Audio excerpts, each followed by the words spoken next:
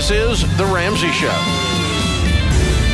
You can be intentional about your character. You can have money and a career.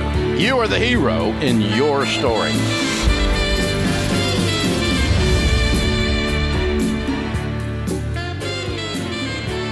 Live from the headquarters of Ramsey Solutions, this is The Ramsey Show, where we help you live your best life by being healthy relationally, successful professionally, and peaceful financially. Open phones this hour. It's a free call for you. 888-825-5225 is the number to call. I'm George Camel, joined today by my colleague Ken Coleman, and we are excited to talk with you about whatever's going on in your life. Maybe you've got a career decision to make. That seems to be a theme lately, Ken. A lot of people looking to switch careers. I'm going to move over here. I'm more remote now. I can go anywhere. What do I do? The options are endless. We can help you narrow that down. Maybe you've got some money decisions to make. You're trying to get this budget dialed in. You're feeling the weight of inflation. You want to get rid of some debt. You made a bad decision. We are here to help you. We're not here to judge you. And we want to be that helpful friend that you can call for advice. 888-825-5225 is the number to call. We're excited to talk with you. Ken, you just came off hot on your show. How'd that go? Well, we had a good time today. And, one of the things we talked about, we shared a story that new data is out that we've got managers. Okay, so leadership level of the corporate structure, whether it be small business or, on up into large businesses, are also leaving at the same rate as, America's workers. So quick snapshot on what we're talking about here. So since August of 2021 up to December of 2021, we've got the latest numbers. Each month, August, September, October, November, December, we've had over 4 million people leave their jobs. Wow. All of those months, by the way, 4 million plus to make the math easy. Each one of those are records. So previously, we never had that many people quit their jobs. Now, they're not quitting and going home and drinking sun tea and hanging in the hammock. We've got this big musical chairs thing happening. You remember that game, George? Oh, yeah. You're younger than me. Well, I'm millennial, but we had that when I was growing up. You strike me as somebody, by the way, is as small and as nimble as you are, that you probably did very well in musical chairs. I was sneaky, man. You could just get right in there on the edge. So what's happening is, so how does this affect the audience and their money? So wages are increasing, all right, because of two factors. Okay, you've got your normal inflationary pressures that the supply chain and the disruptions and things that the pandemic created. That's one factor. But the other factor is coming, I would say largely in the middle, back half of the first year of the pandemic. We saw big companies, Walmart, Target, Best Buy, and beyond, raise their minimum wage. Now, not the federal minimum wage, but they just said, we're going to raise our minimum wage. You're going to start at jobs at these companies at $15 an hour. All right, so fast forward. You see one do it, another does it, another does it, another does it. And so we go, okay, we're going to increase our wages because we want to entice people back to work. So this all starts to happen, and it just kind of builds on itself. And so people start going, wait a second, I can make $3 to $5 more an hour over here. I'm going to go over here, or I can make 15, 20% more over here. I'm going to go over here. So when they leave, it creates a hole. The musical chairs. We all get this. Yeah. So then companies, the only way they get people is the dollar. So as a result, we are in the greatest boom of salary or financial opportunity related to your work. So if you're thinking about this, folks, I can help you with this. So we will help you today. I mean, you want to talk about a big shovel, as Dave created this idea of the more money we make, right? Income is our greatest wealth building tool. Your job. Yeah. And so it's also the greatest opportunity for you to get out of debt. And so now is a great time. But all that said, we covered the fact that leaders are leaving too. Because as people are leaving, George, it creates, okay, we've got a hole. Now I've got to fill it. But I've also got to take care of the people that are here. And so there's also pressure coming from executive leadership or the small business owner for those middle managers or leaders. They've got pressure coming from the top to perform. Then they've got pressure from below them with the team going, hey, I need more, man. You're asking me to do 20% more. I'm not making more. Mental health, burnout, all those things are real. Man. And then, of course, you get the customer coming at you directly. So it's a disheartening piece of data because, as we know here at Ramsey Solutions, leadership is the glue. of an organization. And so we got a lot of burnout for leaders too, and that's disheartening. And so we reported on that. And of course, we deal with that on the Ken Coleman Show every day. And of course, Entre Leadership, our wildly popular leadership division at Ramsey Solutions, and the Entre Leadership podcast. I couldn't recommend that enough. You host that to give leaders the tools, because it's all about people. That's right. Great reminders there. Fascinating situation. Yeah, so we reported on that. Yeah. Well, let's go to the phones this hour. Cleveland, Ohio is where we go. Joe joins us there. Joe, welcome to the Ramsey Show. Hey, how you doing this afternoon? Joe from freezing cold Cleveland, Ohio. How can we help today? Let's warm you up. I had a question. I'm 61 years old, semi-retired, and my father passed away about a year ago, and he left an IRA for me, which is approximately 6 figures. I don't have a lot of savings in the bank account, nothing like that. My house is paid off in full, so I don't have a lot of expenses. Praise my Father in heaven that I listen to him, so everything's paid off. But would you recommend cashing out an IRA like that, or living off of it a little bit? I don't really have any much coming in, maybe some Social Security in a few years, because I'm 61. Yeah, so you don't have any savings, any retirement savings? No, I don't. I was kind of a self-employed guy back here and back there, and over the years, Okay. Yeah, it sounds like you got some background noise there. I don't know if you can shut that off so we can hear you nice and clear. Let me turn this truck off. Maybe that's a little better. There we go. Okay, so Joe, how much is in the IRA? It's about $100,000. Okay. Well, considering you don't have any retirement savings, this feels like this is going to be partially your retirement savings. Correct. So I wouldn't go cash it all out and just have it sitting in cash. That feels like a bad idea. Right. I would let that continue to be invested. Make sure that it's being invested in good growth stock mutual funds in there. As you head into your retirement years, you're going to have to live off something, and Social Security isn't going to cut it. Right. Yeah, that's very true. So how long do you plan on working for? Well, I probably work now. I run some tow trucks, and I help guys sell cars and things. So I could maybe do that another 10 years. I'm hoping. I'm kind of healthy guy, don't smoke, don't drink, don't do all that crazy stuff. Hey, Joe, what would you say, because you're doing several things, or what would you say is an average yearly income for you now, and what do you think it could be for the next 10 years, knowing we've got to start really, you're debt-free, so now it's just piling on this retirement account. What do you think you can make? What are you making? Approximately maybe 45, 50, working part-time a year, Yeah, I don't have a lot of expenses. Yeah, so I'm just asking more challenging. I think one of the questions you've got to ask is, you're healthy, you said, I think you're still a young man. That's good to think. Yeah, absolutely. It's perspective. What if you worked full-time? How much more money? This is the thing you got to answer on your own. This is your homework assignment. How much more money could you make working a full schedule? Are there some more desirable jobs, given the holes in this economy, where you can make even more and start to fast forward the retirement contribution? Joe, if you don't have any savings, I definitely want you to park some of that, take some of that out as an emergency fund of 3 to 6 months of expenses. Beyond that, I want you to invest and use this money that was left to you as a blessing to kickstart a new retirement fund, a new future for Joe. That's what I want for you, to retire with dignity and not be stressed out once you're unable to work or no longer want to work. This is The Ramsey Show.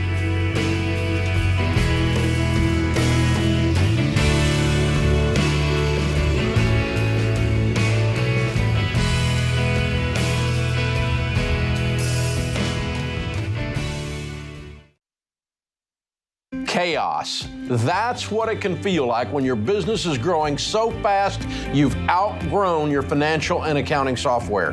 The faster you grow, the more likely you are to lose control of the numbers. And here's the reality. If you don't know your numbers, you don't know your business. That's why we use NetSuite by Oracle, the #1 cloud financial system. Over 28,000 companies use NetSuite by Oracle, including Ramsey Solutions, because NetSuite gives us a single view of everything we need to make daily decisions. Whether you're making a few million to hundreds of millions a year, NetSuite gives you the visibility and control of the things you need to grow, like your financials, inventory, HR, planning, budgeting, and more, all in one dashboard. Go to netsuite.com/Ramsey right now to get their free white paper. Jumpstart your CFO career.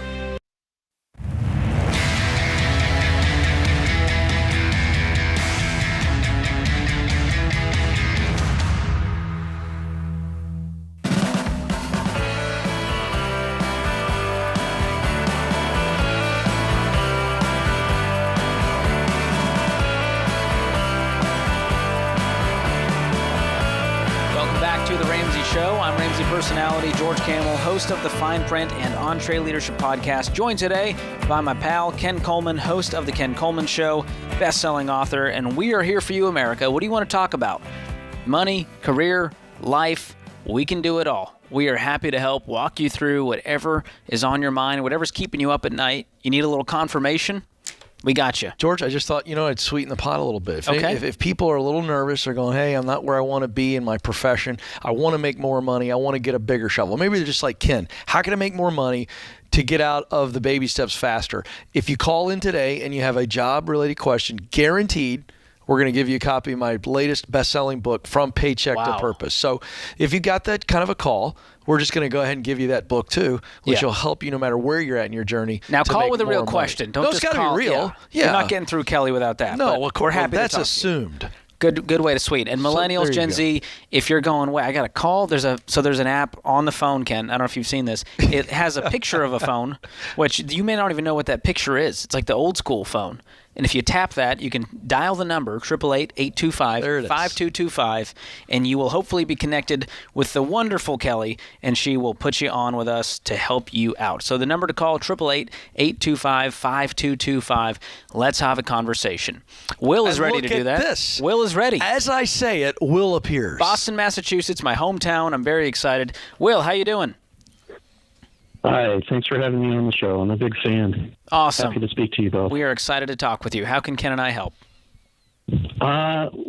So quickly, I'm in the middle of a job change. I was working at a major hospital here, and I got let go because of the COVID mandates. Oh, I'm sorry. And I have a new job opportunity at another hospital in a different part of the country. And they also have a similar mandate in place, and I'm trying to decide whether to even go down an interview. I was hoping to get Ken's perspective on how do I align my values with this choice of decision? Yeah. Well, if I'm understanding you correctly, you're looking at doing something similar to what you were doing, just at a different hospital. In a different state. Yeah, because I loved the work I was doing. Which is I've been what? a big fan of yours for a long time. Thank you. And that passion and purpose, it hit all the boxes. So what were you doing? What is that work that you're passionate about? Describe it to me. I guess. So I'm an academic researcher. Okay. I've been doing this work for 20 years. And it's in medical technology. Okay. So that's what you specialize in. Trying to help people. Yeah. What's that? You specialize in the research in medical technology. Yeah. Okay, great. And that's part of the problem, is very specialized. Yeah. I mean, there's probably 10 places in the country that do what I do. Oh, really? Okay. All right. Now, that is a challenge, but I want us to... So the reason I'm taking you here is because here, let's talk about the realities. I've not seen anything in the headlines that tells me that hospital systems, let's just call it that, are going to remove a vaccine mandate anytime soon. Would you agree with that statement? Is that close to accurate? I agree with that statement. Yep. All right. So we've got a challenge. Then we've got the challenge of, Ken, what I do is so highly specialized, and you've narrowed it down to there's only 10 organizations that even hire somebody like you. Is that what I'm to understand? Well, that do this work. I mean, so the flip side is that my skills are very applicable to other absolutely fields. Right. I mean, so my wife jokes that I was unemployed for a day and a half. Right. Exactly. Because I got terminated, and then the next Monday I had a new job at a different company, but doing different work. Right. Very different. I'm glad you said that, because Will, let me just tell you what I think. Listen, I get hammered on the Ken Coleman Show on the vaccine mandate, but I'm not a doctor, nor have I ever played one on TV. I will tell you that I would like to wear scrubs to work. I got to tell you. I think that would be, if Dave would allow that, I'm in. I would wear scrubs, but I'm not going to ever give anybody advice on anything medical, whether I'm passionate about an opinion or not. So I'm not going to do that. What I will tell you is, you know what you believe, why you believe, and then how you think you should live based on that, true or false. You know that. True. I mean, So I owe you and Dave Ramsey a huge thank you, because I've been listening for about 3 years, and I was set up in such a way that I could make my own choice and choose my own destiny. Right. So don't change it. I'm just not sure how to proceed, because I'm being offered a job that I would really like this job. Well, ask him point blank. Ask him point blank, because you're not. Here's what I'm saying. I'm not going to tell you what you should do about the vaccine mandate. That's your call. But you've already told us what you feel. You lost your job because you said, I'm not going to take it. Yeah. So if you've changed your mind, or if you're willing to change your mind, then I say no challenge. But I don't think that's what's going on. So if they've offered you this, you get on the phone and go, hey, guys, thanks for the offer. Here's the deal. I'm not comfortable taking it. Here's why. If that's a sticking point, I'm not here to fight you. But I just need to let you know that up front. What do you have to lose? Nothing. So Nothing. then, it's more of, so I mean, there is an exemption process that I could go through. My wife's big concern is that if I take this job, what's to say that I'm not going to lose it in a year? Over what? Because the exemptions are temporary, right? So I could get the exemption this month and get hired and move the family down. But then in a year again, her concern is what? How do we trust that the company won't do the same thing? Well, we can't. In a year. We can't. So therein lies let's go back to what we said. I think the balance of our conversation and really how I can help you is simply this. You said early on in the call that your research skills and your experience are very valuable and transferable. And I think you have to broaden your horizons. The fact of the matter is you have an incredible resume. And so you are a very attractive candidate to who knows how many companies who just need an absolute, bloodhound of a dog that can just sniff it out, research it, figure it out, make good suggestions, whatever it is. That's what you're really great at doing. And so that has all kinds of benefits. And there are private companies that are in that medical space. Obviously, that one makes sense. But I think you got to open yourself up to so many different industries. You are a world-class researcher.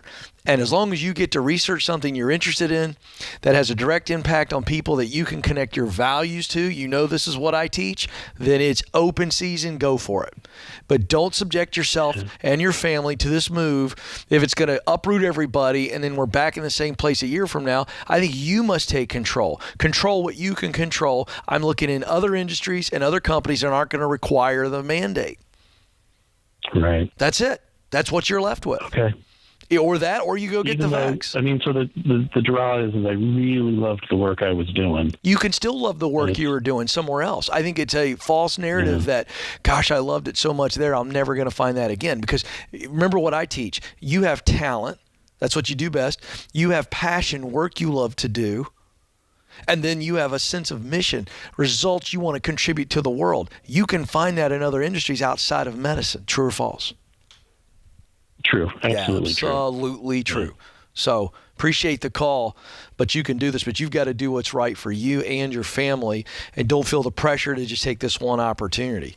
But I would also say that you have financial freedom, and if the family's willing to make a move and we see what happens a year from now, that's not a giant risk either, other than just a kind of a pain to kind of move the family around. So there's a little bit of a relational family component to this answer that I can't answer for you. You and your wife have got to decide. Yeah, I'm feeling the same thing. If I'm in Will's shoes, I'm making the move. I'm not going to be as worried about what if in a year? I'm just going to make the move if they're willing to have me. And I like being honest up front. And the family's willing to move. Yeah. Because there is a risk there of, uprooting again. And I love that he's not wanting to waste anyone's time. Just up front say, hey, here's where I stand.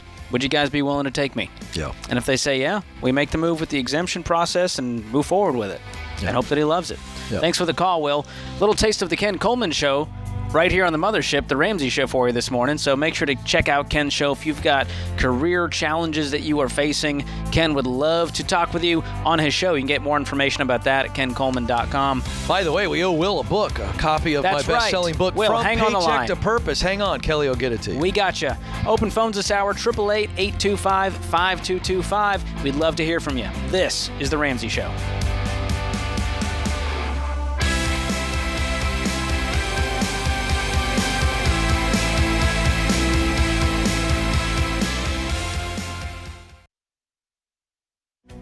If you're looking for ways to update your home without blowing the budget, I've got it. For years, I've been telling you about our friends at Blinds.com. Blinds.com makes it simple to shop top quality blinds, shades, and interior shutters from home with easy online ordering and free shipping. With Blinds.com, there's no need to renovate your entire home. Just change out what's on your windows with upscale choices like faux wood blinds, cellular and roller shades, or even outdoor shades. Plus, Blinds.com guarantees the perfect fit, whether you do it yourself or you have them measure and install everything for you. Shop their latest looks and see how much you can save at Blinds.com today. The easy and affordable way to make your home more beautiful is Blinds.com.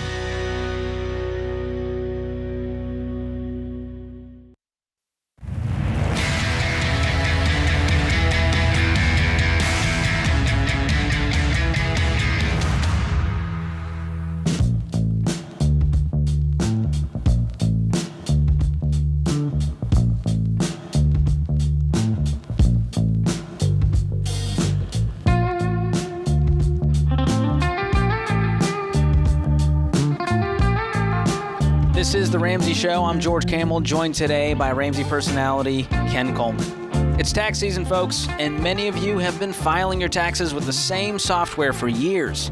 But are you sick and tired of the add-on fees they sneak in there? Yeah, you've probably seen all the ads saying it's free to do your taxes with the big companies. But the reality is that for most people, it's not free.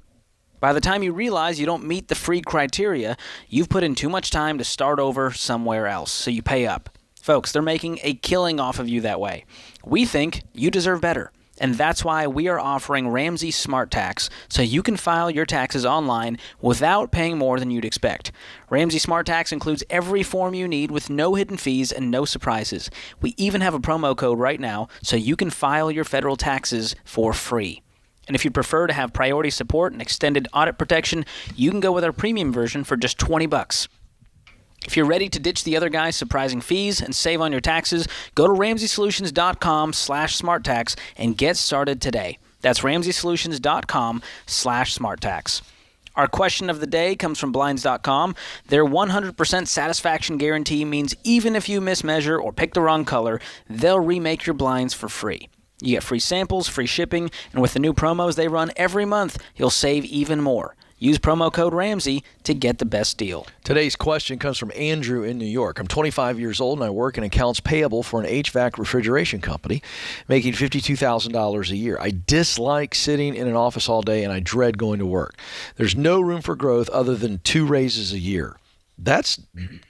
You don't hear of 2 raises a year very often. Let's keep reading. I've been considering the possibility of transitioning into a role as a mechanic in the field. I've already spoken to the supervisor who said I could transition to being a mechanic once I receive my EPA certification.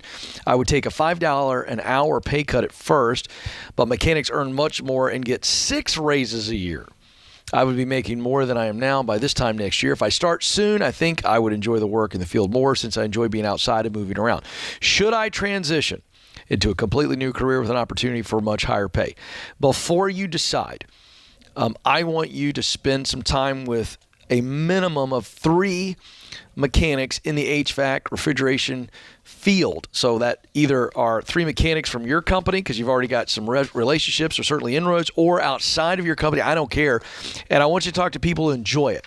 Like, not the miserable HVAC mechanic, because that's not going to yield you anything. You know, the idea of the right question to the wrong person still gets you the wrong answer. You got to talk to the right person who loves the work. The right questions to the right person, and that's somebody who's been doing a while and enjoys it. I want you to just figure as though you are doing a high school or college term paper with these mechanics. Do some research, sitting with them, talking about the ins and outs of what they do, the long, the easy, the long hours, or the easy work versus the hard work, the awful days, the good days. Get it all, process that, and I think your heart's going to reveal to you whether or not you would enjoy it. If it's a yes, then go ahead and do it. Yeah, when I see it, I think I would enjoy it. That worries me, because he may not. Yeah, if he knows he's going to enjoy it, and he knows that the $5 an hour pay cut is temporary. This time next year, he's making a good bit more. That's the kind of go backwards to move forward move I'm always in favor of. This sounds like an easy move for me. I'm doing it if I'm him, as long as we do the right shadowing and we go, I'm all in. Yeah, Let's but do if it. I was asking this question, George, what would your answer be? No, Ken does not need to be turning wrenches. Right. Why, George? For about 1,000 reasons, mostly because it'd be dangerous for whoever's driving that vehicle. I don't have the talent. You and I are very grateful for mechanics out there. We are. That is why I work hard so that I can pay a mechanic to do the work for me. There it is. I'm not sitting there on YouTube on a Saturday trying to figure out how to change my own brakes. This is it. No thanks, Tom Hanks. Yeah. All right, let's go to the phones this hour. Ryan joins us in Tempe, Arizona. Ryan, welcome to the show. How can we help? Thanks for having me on, guys. How are you guys doing? Great. What's going on with you? Oh, I got a kind of a unique housing question for you. Okay. So I work in Tempe, and I actually drive up 3 hours from where I stay and live in the beginning of the week, and then stay the week for work, and then drive back down. And I really want to get a house around the Tempe area. Okay. But as you guys know, the housing market has just gone insane. I have no debt, and currently up in Tempe, I am staying with my boss who renovates a house, and so I've been able to slowly been saving up for a down payment, but I don't want to overstay my welcome there. Sure. You want an exit strategy? Well, not necessarily an exit strategy, but for me to be able to get a house and do what you guys suggest with only 25% of my take-home pay for the mortgage payment, I'm going to need to build up a pretty big down payment. Sure. So I don't want to, bother my boss with staying there for another 5 years or more. Got it. So what's your income? So I make $17 an hour plus as much overtime as I could ever stack in there. Okay. And how much down payment do you have right now? Do you have any savings? Above my emergency fund, I have $5,000 saved. Cool. Okay. Well, I love the idea of you not making that drive every week. That sounds miserable. Yeah, it's not the most exciting thing. But the other side of this is you want to buy a house in a very expensive area while not making a whole lot. And so this is going to be a patience game, or it's going to be a shovel game where we got to find some more money. What's the number? What's the number that you need to save? What's the whole number for the right down payment? For down payment? Yep. Ooh, about $50,000. All right, so you got 45 to go, right? Yes, sir. Okay. I'm wondering, George, and I'm wondering, Ryan, is the move for you maybe to move to Tempe and rent and share a place with somebody? So we remove this is an emotional and mental drain. Right now, we need to get rid of the drive. We need to get rid of the drive, and so why not move to Tempe? If you got to rent with 2 or 3 guys, right? You're an enterprising guy. You're not a creep. Fine. I think that's my move. Yeah. And then I'll tell you what else I get out of that move. Ryan, then I have time to kind of look around, find some bargains. Let the market cool down? Let the market maybe cool down some. I wouldn't get too excited about that. But the point is like you don't put all this pressure on yourself to buy when you move to Tempe. Let's get to Tempe, make life better by virtue of the drive being better. And then I got to tell you, with all that overtime that you can get and the fact that you have no debt, $45,000, George. It's doable. Let's run the numbers. Yeah. How quickly could he actively save $45,000? Well, how much margin do you have right now, Ryan, at the end of the month to throw at the down payment with all the overtime and everything? So say that. How much margin do you have? How much are you throwing into time, that savings account for the down payment every month? Oh, every month I save about $1,200. Okay, so $1,200 a month is what you're saving right now. So that's about $15,000 a year, and you need 45. So it's $3,000 if we just stay at that pace. 3 years if we stay at that pace. Yeah. Ryan? So the question now, Ryan, is how do we speed it up even further? And I love the idea of renting with roommates in Tempe to avoid the drive, give you a little bit of even more margin. Are you paying rent right now, or is he letting you stay there for free? He lets me stay there for free, so that's how I'm how I'm putting away over half my paycheck. Awesome. Okay. All right. Well, that changes some. But how old are you, Ryan? I'm turning 26 next week. Cool. Yeah. I mean, is it that big of a deal to save up for 2 or 3 years and wait? And your income will go up in those years, right? It should, yes. What kind of career are you right in? now? And I'm in the manufacturing world. Okay. Well, I'd be So looking we make, for a salaried parts. position Oh, good. where you can make more, which will speed up this process, and you can get roommates. But I think the idea of staying at the boss's place for 3 years, like you said, feels a little bit tight. I don't love that idea. So let's try to find a solution here. It may be a patience game. It may take you 3 years to do this, but it's absolutely doable, even with your income. So stay the course, man. And the fact that you're debt-free, you've got the emergency fund, just shows you can do this stuff regardless of your income. Whether you make $100,000 a year or $40,000 a year, this stuff works. Way to go, man. Rooting for you. This is The Ramsey Show.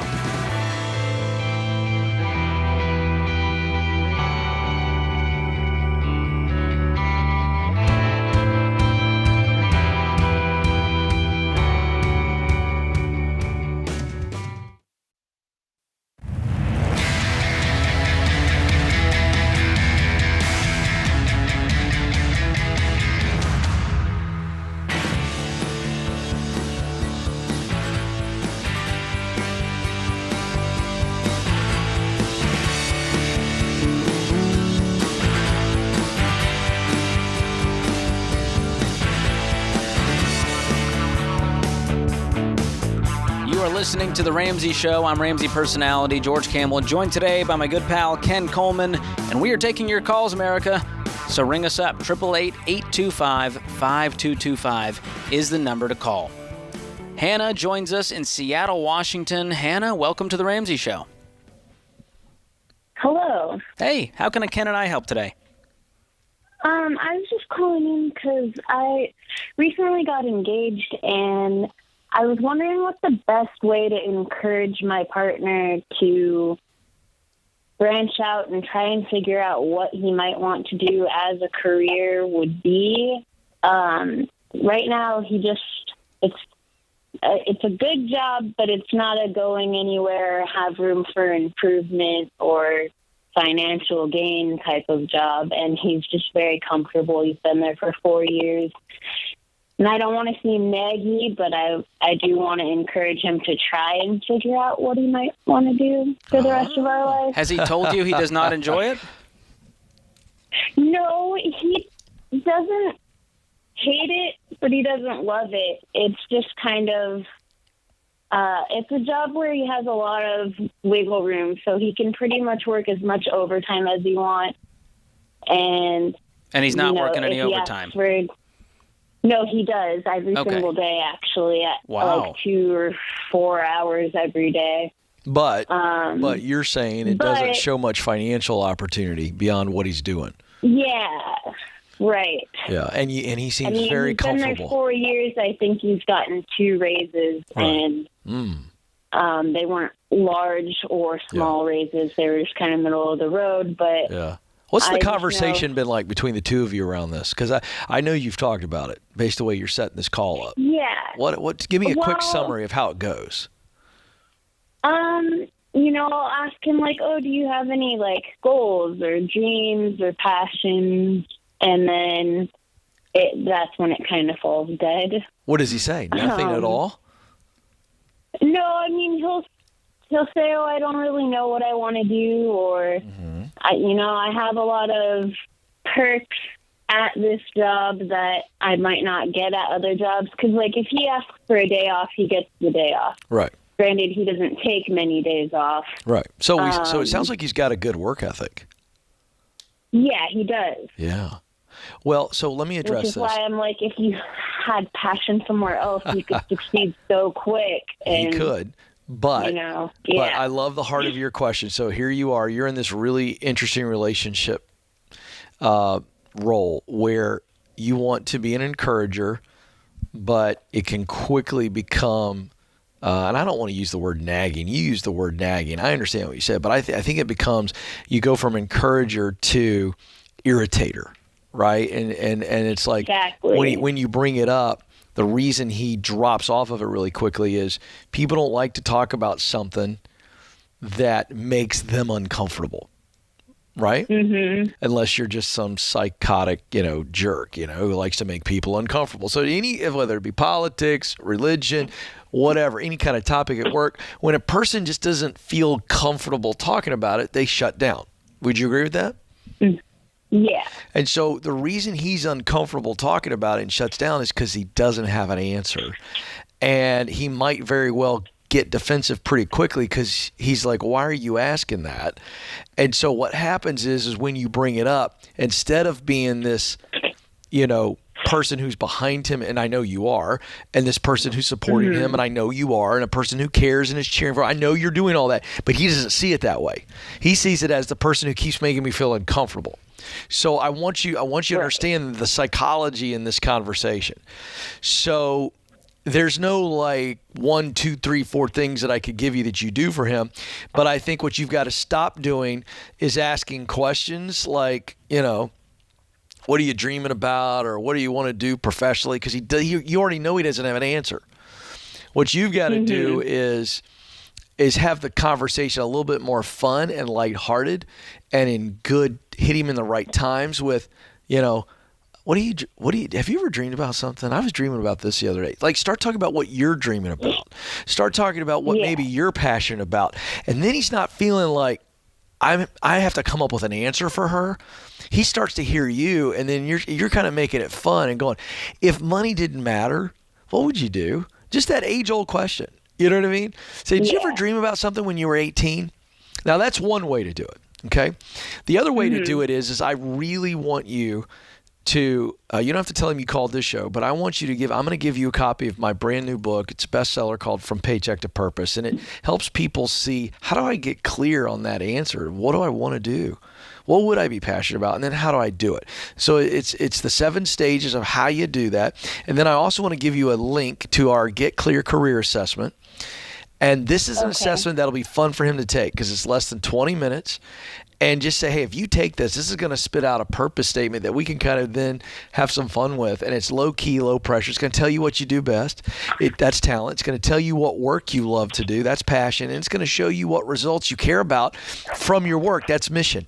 And let him take that and then have a fun conversation about the results. And have him go talk to a couple other people besides you about his purpose statement. And then go, you know what this guy Ken says? He says, if you take that purpose statement, it becomes like a job description. And so now all of a sudden it's very relaxed, fun, no pressure for him. I think that's the best you can do. You can no longer make him feel any pressure or feel like he's got to give you a clear answer around this conversation. So I'm going to give you both of those resources because that way it's not like, hey, and by the way, you read this and then tell me what you come up with. Just go, hey, you know what? I've asked you about this before. I listened to this show, whatever. And just go, hey, check this assessment out. Don't ask him to read the book. Have him take the assessment. And if he wants to do more, then give him the book. I love it. Great resources. No pressure. There, Hannah, I'm just curious. Is there a question behind the question here? Is there a number man, I love this guy and I feel like he deserves better. He should be making more money. I want to see him with more drive and excitement. Is there something behind that for you? Well, right when the pandemic hit, I was lucky enough to get a job at a company that I won't name just because of who they are, but they have a lot of benefits, and one of the benefits they offer their employees is a schooling benefit, which I jumped on immediately. Good. And I, through listening to your show, actually, I'm really excited to read Paycheck to Purpose because I have an idea of the path that I want to go on, but there are some unknown factors that I don't know for sure if it's going to be the perfect fit for me. So reading that hopefully will help me as perfect. well. By the way, when you start to get enlightenment along the journey, just share it with him. You see what I'm saying? Yeah, totally. But hey, George is on to something. I think you're afraid that if he stays where he is, you all aren't going to be able to have the life you want to live. That's what I think I hear. A little bit that, and also I just want him to be as excited about something as I am, I guess. Sure. And maybe, I don't know if that's selfish, but I just know, when I start, because I want to become a nutritionist or a dietitian. I struggled with weight as a child, and I'd like to get into a field where I can help children to learn about nutrition. Love that. Before they have to go through that struggle of being overweight as a kid. And so I guess I just want him to have something that he's passionate about. Let me tell you something. You're not selfish, but I'm telling you, he needs to just catch it. He needs to see how joyful you are, and instead of feeling pressure from you, he just needs to feel motivated by you, because he goes, wow, I want what she's eating. You know what I mean? I love the idea of you guys reading this thing together, too. Maybe. That could be cool. And ultimately, it would be amazing if we could maybe even be interested in something similar or that works together, because I would love nothing more than to have our own business and be able to work. Ooh, so start sharing that dream with him. Hannah's dreaming. That's what we like to see. She just got to get her fiance on board, too. She's got ideas fantastic. for days. Well, Hannah, hang on. Kelly will pick up, and we'll get you a copy of From Paycheck to Purpose and Ken's Get Clear Assessment. That will be immensely helpful. That puts this hour of The Ramsey Show in the books. My thanks to my co-host, Ken Coleman, the whole team in the booth keeping the show running so smoothly, and you, America. We appreciate you guys listening so very much. We'll be back with you before you know it. This is The Ramsey Show. This is James Childs, producer of The Ramsey Show. You can listen to all our shows with the Ramsey Network app on your smartphone. Browse by topic or even sync clips to your friends. Download the Ramsey Network app in your favorite app store today.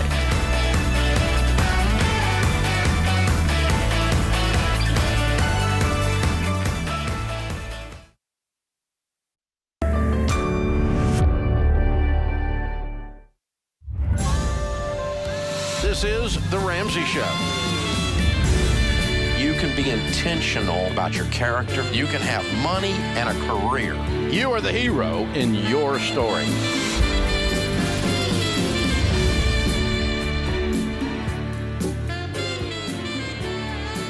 Live from the headquarters of Ramsey Solutions, this is The Ramsey Show, where we help you live your best life by being healthy relationally, successful professionally, and peaceful financially.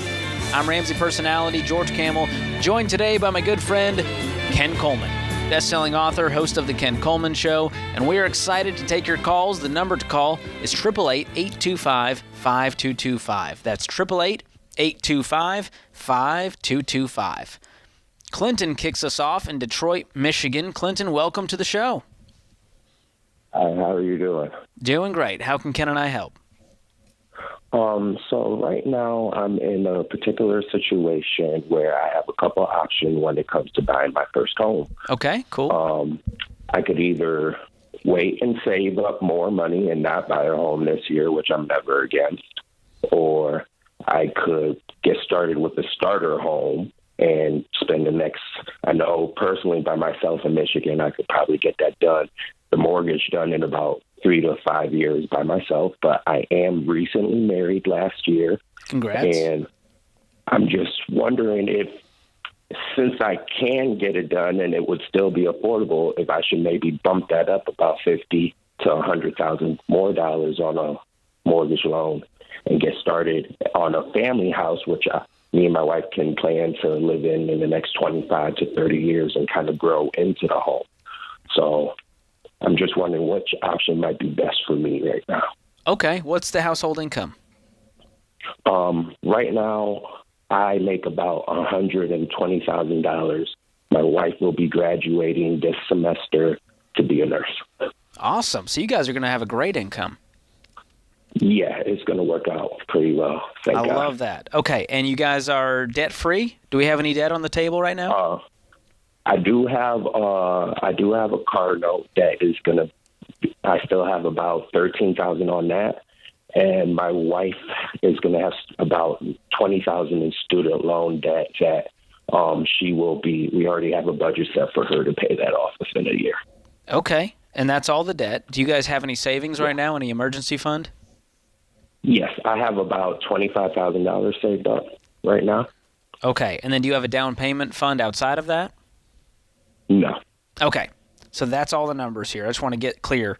So, Clinton, I love the idea of you buying a home, and I personally would start with that smaller starter home. If you guys are patient and you want to get a home that is going to be able to fit, there's a lot of what ifs here with buying. Right. I don't like the term forever home because there's really no such thing. I mean, we can plan on life happening and we live there for 30 years and it's happily ever after, but a lot of life can happen in 30 years. And so I don't like to plan in that way. But what I am saying here is, have you been listening to us for a while? No, I just recently started about 2 weeks or so. Okay, cool. We have a process called the baby steps, and this is the same one that you'll hear in Financial Peace University that's helped 10 million people. And these are steps that are in order, focused intensity, one at a time, that build incrementally. And it starts with baby step 1, where you get $1,000 in a starter emergency fund. Now, obviously, you have that off to the side. Baby step 2 is the debt snowball, where we pay off all of our consumer debt from smallest to largest, regardless of the interest rate.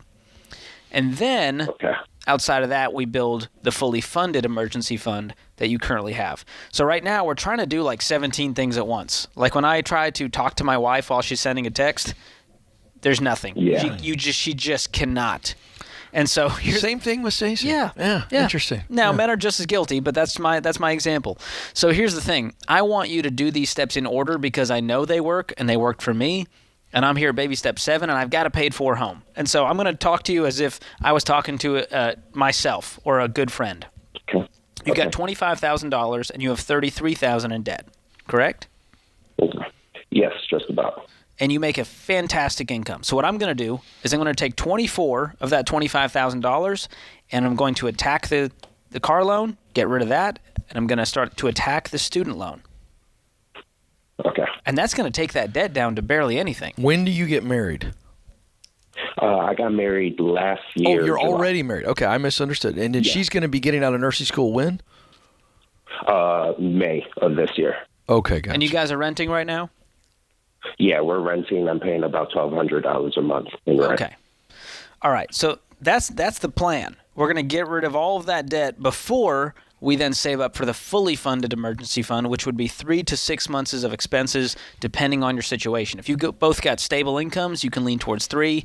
If there's some outliers there, some health issues, I would lean towards 6. Then and only then would I tell you to save up for a down payment on a house, which is step 3B. And at that point, that's when you'd go, all right, now we're ready to sock away some money. And guess what? You have freed up a lot of payments, haven't you, by getting rid of that car loan and that student loan. And by the way, your wife is probably going to be working as a nurse by then, right? Yeah, for sure. Yeah, just in a couple months. So now how we're quickly? talking $200,000 to no payments. Yeah, but so after you put the 24 on there, as George told you to, Clinton, how fast? I mean, just run this through your head. Let's say you did all this today, because you could. You could take the 24,000, wipe out the car loan, right? And that's done today. And by the way, George and I think you should do that today. Today. And then you put the rest on the loan. You have about $9,000 left over. How quickly could you pay off that $9,000? Just running a quick budget in your head. How quickly? Remember, you freed up the car loan payment. Even sooner than half a year. Exactly. Maybe 4 to 5 months. What's your car payment right now?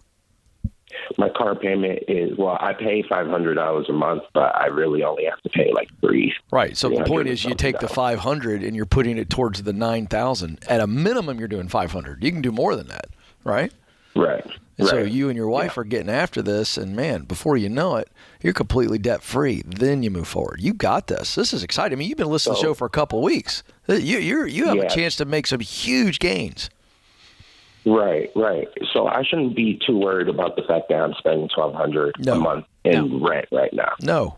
So there's a sentiment out there that you're throwing away money on rent, and I hate that sentiment so much because it causes people to jump into a house before they're financially ready, and then they call the show and go, Ken, George, my mortgage is 50% of my take-home pay, and I'm broke. Should I sell the house? And I don't want to hear that call from you, man. You're doing so great. So when it comes to the house, I want you to stick to a 15-year fixed-rate mortgage with a payment that's no more than 25% of your take-home pay. And that's absolutely doable, especially when your wife's working. So I would let the dust settle, get rid of this debt, figure out what her income is going to be, and then base it on that. We've got a great mortgage calculator at RamseySolutions.com. Click on free tools and start playing around with that. And with a 15-year fixed rate mortgage, you go, all right, we're going to try to put 20% down or more on this house, and here's what that payment would be, which means right now we can afford this much house. And 6 months from now, we can afford even more house. And you're a patient man. You just told me you're willing to wait. And I love that because that gives you options. And options gives you peace. Okay. Hey, you know what? I think we should give him a copy of Total Money Makeover. Big fan of that. This is the plan. Yes. Okay, you're new to us, but let's give you, George told you what to do, but here's the book that's going to help you and your wife get on the same page. So hang on the line. Kelly will get you a copy of Total Money Makeover. And boy, you guys are going to be millionaires before you can possibly imagine because of this debt-free journey. This is awesome. All right, hang on. Kelly will pick up. We will get you taken care of, my man. Thank you for the call. This is The Ramsey Show.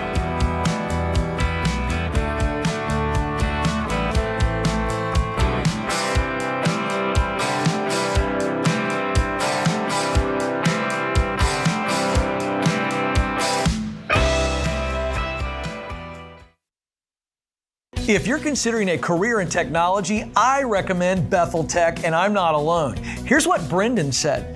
Before Bethel Tech, I was driving Uber. Within 4 months of graduating, I got a job paying $60,000. About 2 years after that, I got a remote job that pays me $130,000, all thanks to what I learned at Bethel Tech.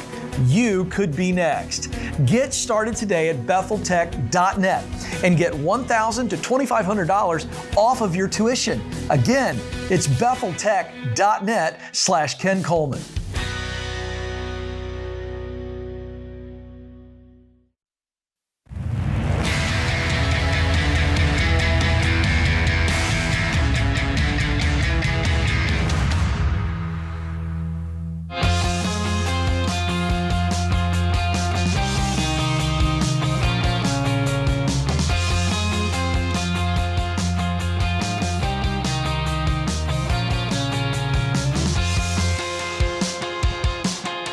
Welcome back to The Ramsey Show. I'm Ramsey personality George Camel, joined today by Ken Coleman.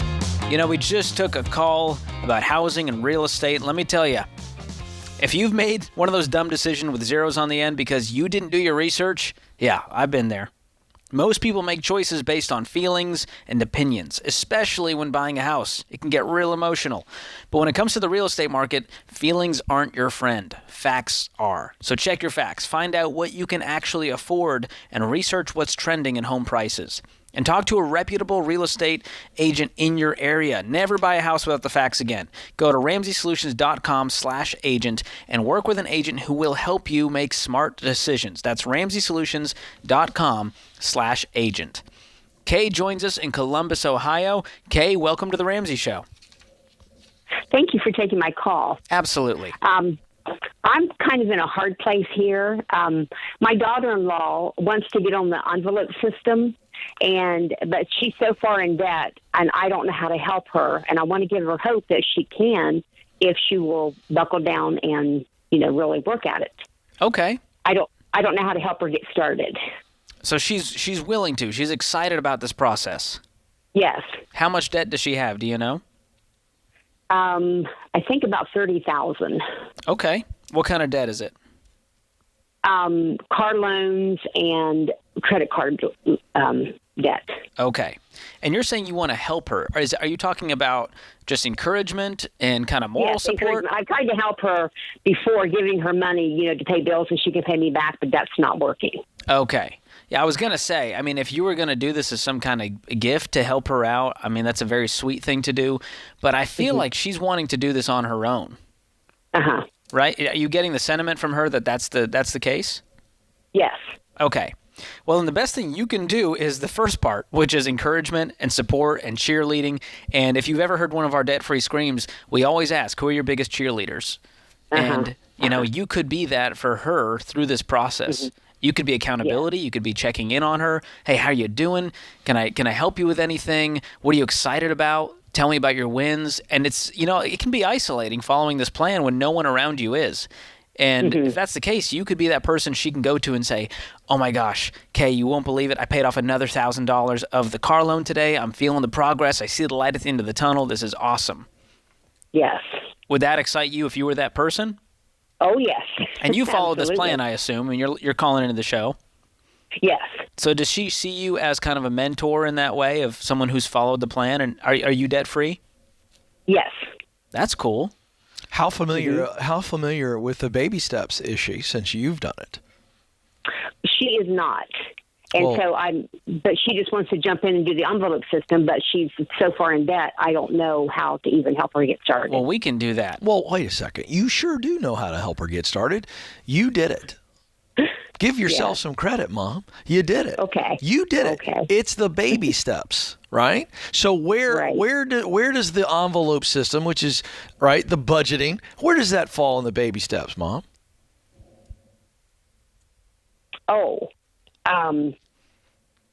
It's a trick question. I don't know. It's not a trick question. Obviously, we want to get her started with a budget, right? That budget. But what we first want to do is we want her to get that baby step 1. We want her to get $1,000 in the bank. $1,000, yeah. You know the baby steps, right? Baby step 2 is and then the 3 there we go. So have you sat down with her and actually just, even if it's on a whiteboard or on a piece of paper, explain the baby steps and said, "Hey, here's how I got out of debt"? Has she heard that? She has. Yeah, but just sit down and write it out for her. She just needs to see the clear path, right? Okay, the problem is, though, this is my daughter-in-law. Oh, I'm sorry. Okay, I can still call you Mom because you're mom-in-law. That's right, yeah. All right. But, the problem is she has her mom in their home. She's taking care of her mom. So what she does when her mom's Social Security checks and things come in, she just puts it in the bank with her husband's checks, and then it's either feast or famine. They go out to eat, they spend money. Mm-hmm. And I feel like I can't help her if she continues to do that. You're right. There's got to be some behavior change here. And when she says she's all in on the plan, that means some sacrifices are being made. And that may mean she needs to get plugged into, Financial Peace University, read the Total Money Makeover. I think she needs a little bit of that information and inspiration to go, all right, I'm angry now. I'm excited about the future. And so we are happy to gift that to you to give to her. Would that be cool? Oh, that would be, yes. Okay, so here's what I'm going to do. Kelly's going to pick up. I'm going to send you an envelope system, a physical one that she can use to actually do this stuff. And I'm going to get her connected with a Ramsey Plus membership for a year so that she can go through all the videos in Financial Peace University. And she needs to do that with her husband. Yes. And we got to stop using mom's Social Security to go out to eat. Mm-hmm. We got to be adults. We got to use our money for our goals and not live like children. And so I hope this plan helps her with the envelope system and Ramsey Plus to get her on the path, and then you're going to be her biggest cheerleader along the way. How's that sound? Oh, absolutely. Yes. Oh, that sounds wonderful. Awesome. Well, Kay, thank you so much for the question. You've got a great heart, and I'm excited. Have her call in when she's debt-free and say, hey, Kay sent me. Appreciate the plan. This stuff works. Awesome. All right, Courtney joins us in Boise. Courtney, how are you? Hello? Oh, hello. Oh, there we go. You sounded like a Muppet for a second. Okay. How you doing? How can we help? Yeah, I'm doing okay. I am calling, though, to get some financial perspective. Unfortunately, I'm in the middle of a divorce, and it looks like I'm going to lose the house. Thank you. Yeah, I didn't see it coming at all. Oh, no. So, how recent is this? It's been 7 months now. Sorry. So, yeah, I thought I'd be able to hold on to the house because our mortgage payments are really low, and it's a wonderful community for the kids and everything. But when I have to refinance, because I was a stay-at-home mom, I won't be able to get a good rate, and so why are you losing the house? Well, I just won't be able to make the payments after it's refinanced. I'm working at a local coffee shop. So, yeah. So sorry. Yeah. Are you going to come out? Are you going to come out ahead after you sell the house? What do you stand to make, if anything? Yeah. Well, yes. So fortunately, we do have a lot of equity in it. Yeah. Is that being split evenly? It is. Well, Okay. I'm assuming it will be equally, yes. Do you have a lawyer? Are you guys going through mediation? Where are you at in the process? Yeah, I have a lawyer. We just ended our fourth mediation, but we weren't able to agree. At first, he was going to, in lieu of alimony, pay the mortgage until our oldest is 18, so 2026. But then at the last minute, he changed his mind on that. So, so we'll be going to court in the spring, it looks like. I'm so sorry. So how can we help today? What's your biggest pain point that you're trying to figure out financially?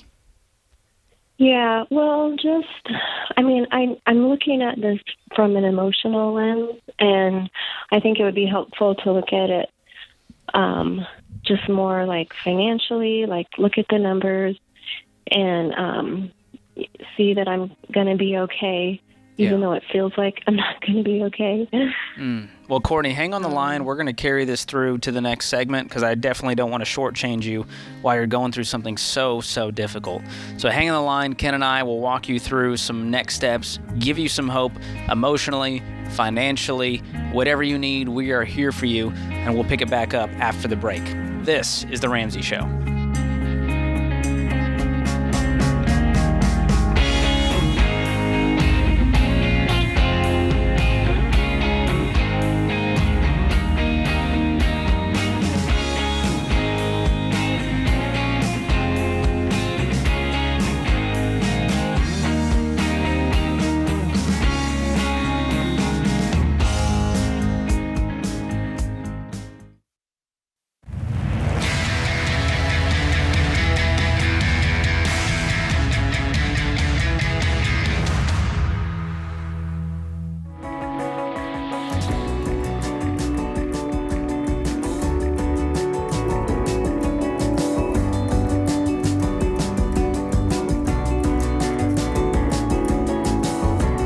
Welcome back to The Ramsey Show. I'm George Camel, joined today by Ken Coleman. Before the break, we were chatting with Courtney in Boise, and she is going through a divorce about 7 months into the process. She's losing the house because she can't afford it after the refinance. They're still dealing with the lawyers and who's going to get what, and she was a stay-at-home mom, currently working at a coffee shop, and we are back with her. Courtney, how you doing? Yeah, okay. So let's continue where we left off here. So let's look at your financial picture. You told me earlier that you want to not look at this emotionally right now, but just try to focus on the facts and the finances to get on your feet. Correct? Right. Yep. Okay. So let's walk through this thing. What are you most afraid of right now financially? Well, yeah, I guess that I'll make a dumb decision, and I think I'm concerned for my kids, and I think the house represents the last stability we have, and so I think they're my greatest concern.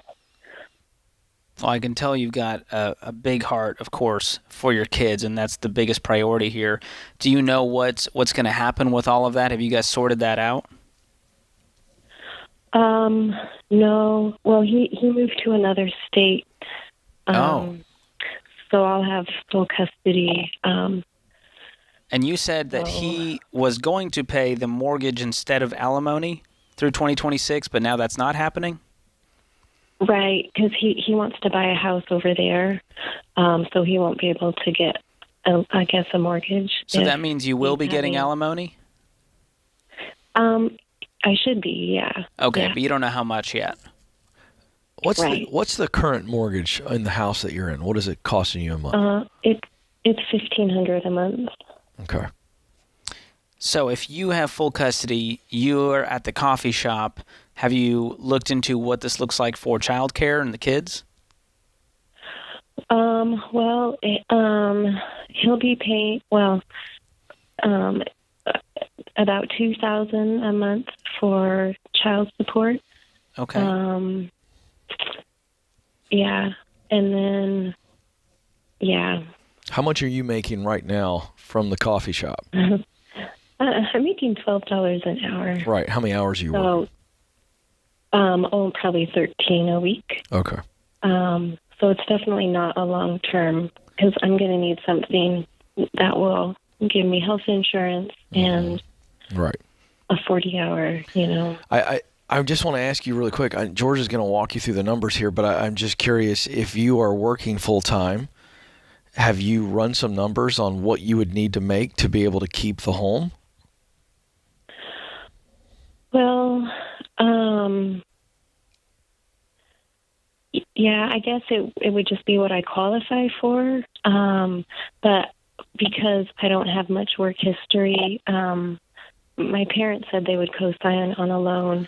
Wait. How did we get into a loan? You're already in a home. You already own a home, and the mortgage is $1,500 a month.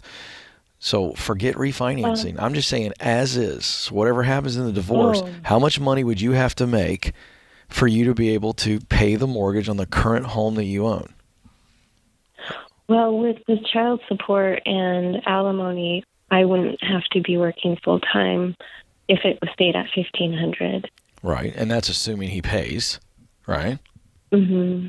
But if you worked full time and you took ownership, you said, you know what, if he pays it, great, but I'm going to work full time. And if here's my point, you've got to run the exercise of, do I need to make $40,000? Do I need to make $50,000? Do I need to make $60,000? Sweetheart, and I know this is scary, but we got to talk real stuff here. You're going to have to start to go, okay, what do I have to make to keep the house? Let's at least look at that. Let's not assume we have to sell the house. Now, selling the house might take care of some debt that you two have. And I'll turn it back to you, George, but I think we got to go, okay, I can do this.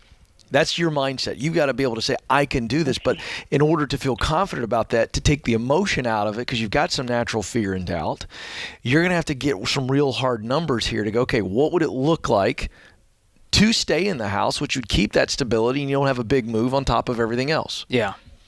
Now, Courtney, how many kids do you have? 3. 3 kids. Okay. So renting somewhere and trying to find somewhere that could fit the whole gang, that could be tough. Right. Yep.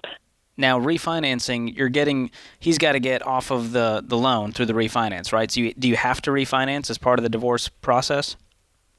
That's the impression I have, yeah. Okay. And then you're saying once you refinance, they're not going to let you just remain on the loan by yourself because you don't have the work history, the income history. Correct, yep.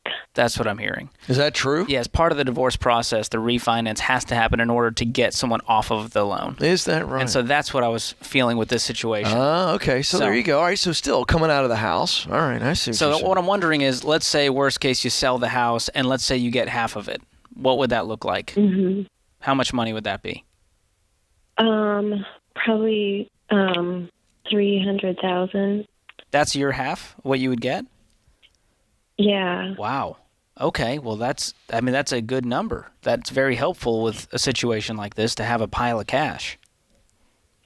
It is, yeah. I know it was our dream house. I know. That's what I'm feeling is you said this is the last, represents the stability, but it feels like it represents what once was. And now we've got to paint a picture of future Courtney. And she is a rock star, single mom with 3 kids who is amazing. And that feels like it's a part of the process. Is that kind of what it is? It's more of an emotional thing than it is the actual house itself? Well, yeah, probably yes. Yeah. But you're going to be able to have another amazing home one day that's going to be yours. Okay. So I know it's so hard right now because you're in the middle of this and you're letting go and saying goodbye to this past life and stepping into this new one. But I want you to start dreaming as you grieve through this process about what life looks like for Courtney now. Mm-hmm. And do you have any debt? Okay. No, just the house. Well, before he left, he bought a new truck. So. But that's not your debt. With that. Well, I think it's because it's a what's it called? The commutative property state. It's all equal. So all the debts are split amongst you? That's what I'm thinking. That's what I'm thinking. I would talk to your lawyer about this because I don't like the idea of you having to pay his truck loan. Right. I don't either. So let's make sure that's not part of it. But let's just say you're debt-free. Do you have any savings on your own? Have you guys already split all the accounts and everything? No, it's still together. But oh, boy. Yeah, we have a few thousand in savings. I would separate these accounts. How far are you into the process as far as finalizing the divorce? We have a court date in April. Okay. Well, I'd work closely with your lawyer, and one thing I want to do before we've got to head to a break is connect you with one of our Ramsey financial coaches who can walk with you at a deeper level, because it's hard to do in a 7-minute radio call, and walk with you along this journey, because we care about you, we are rooting for you, and we want to see you win financially and figure out what this next chapter is for you. Mm-hmm. And so they'll sit down with you one-on-one. You can do it virtually if that makes you more comfortable, but I'll have Kelly pick up and we'll get you a financial coaching session on the books, and they will help you walk through this very, very messy process. And I've been through it myself, Courtney, and this is obviously way more difficult with all the kids involved and the unknowns. You're just stepping into a lot of new stuff right now. Mm-hmm. But it's going to get better, and I can't wait for you to call back and let us know your progress and say, hey, I've got my emergency fund in place. I've got a new house that I love. Childcare's been taken care of. I've got a career that I love. And for that side, I want you to call into Ken's show when you're ready to talk about what that looks like for you. He would be more than happy to talk you through it. I appreciate the call. We love you, Courtney. We are wishing you the best through this very, very difficult process. This is The Ramsey Show.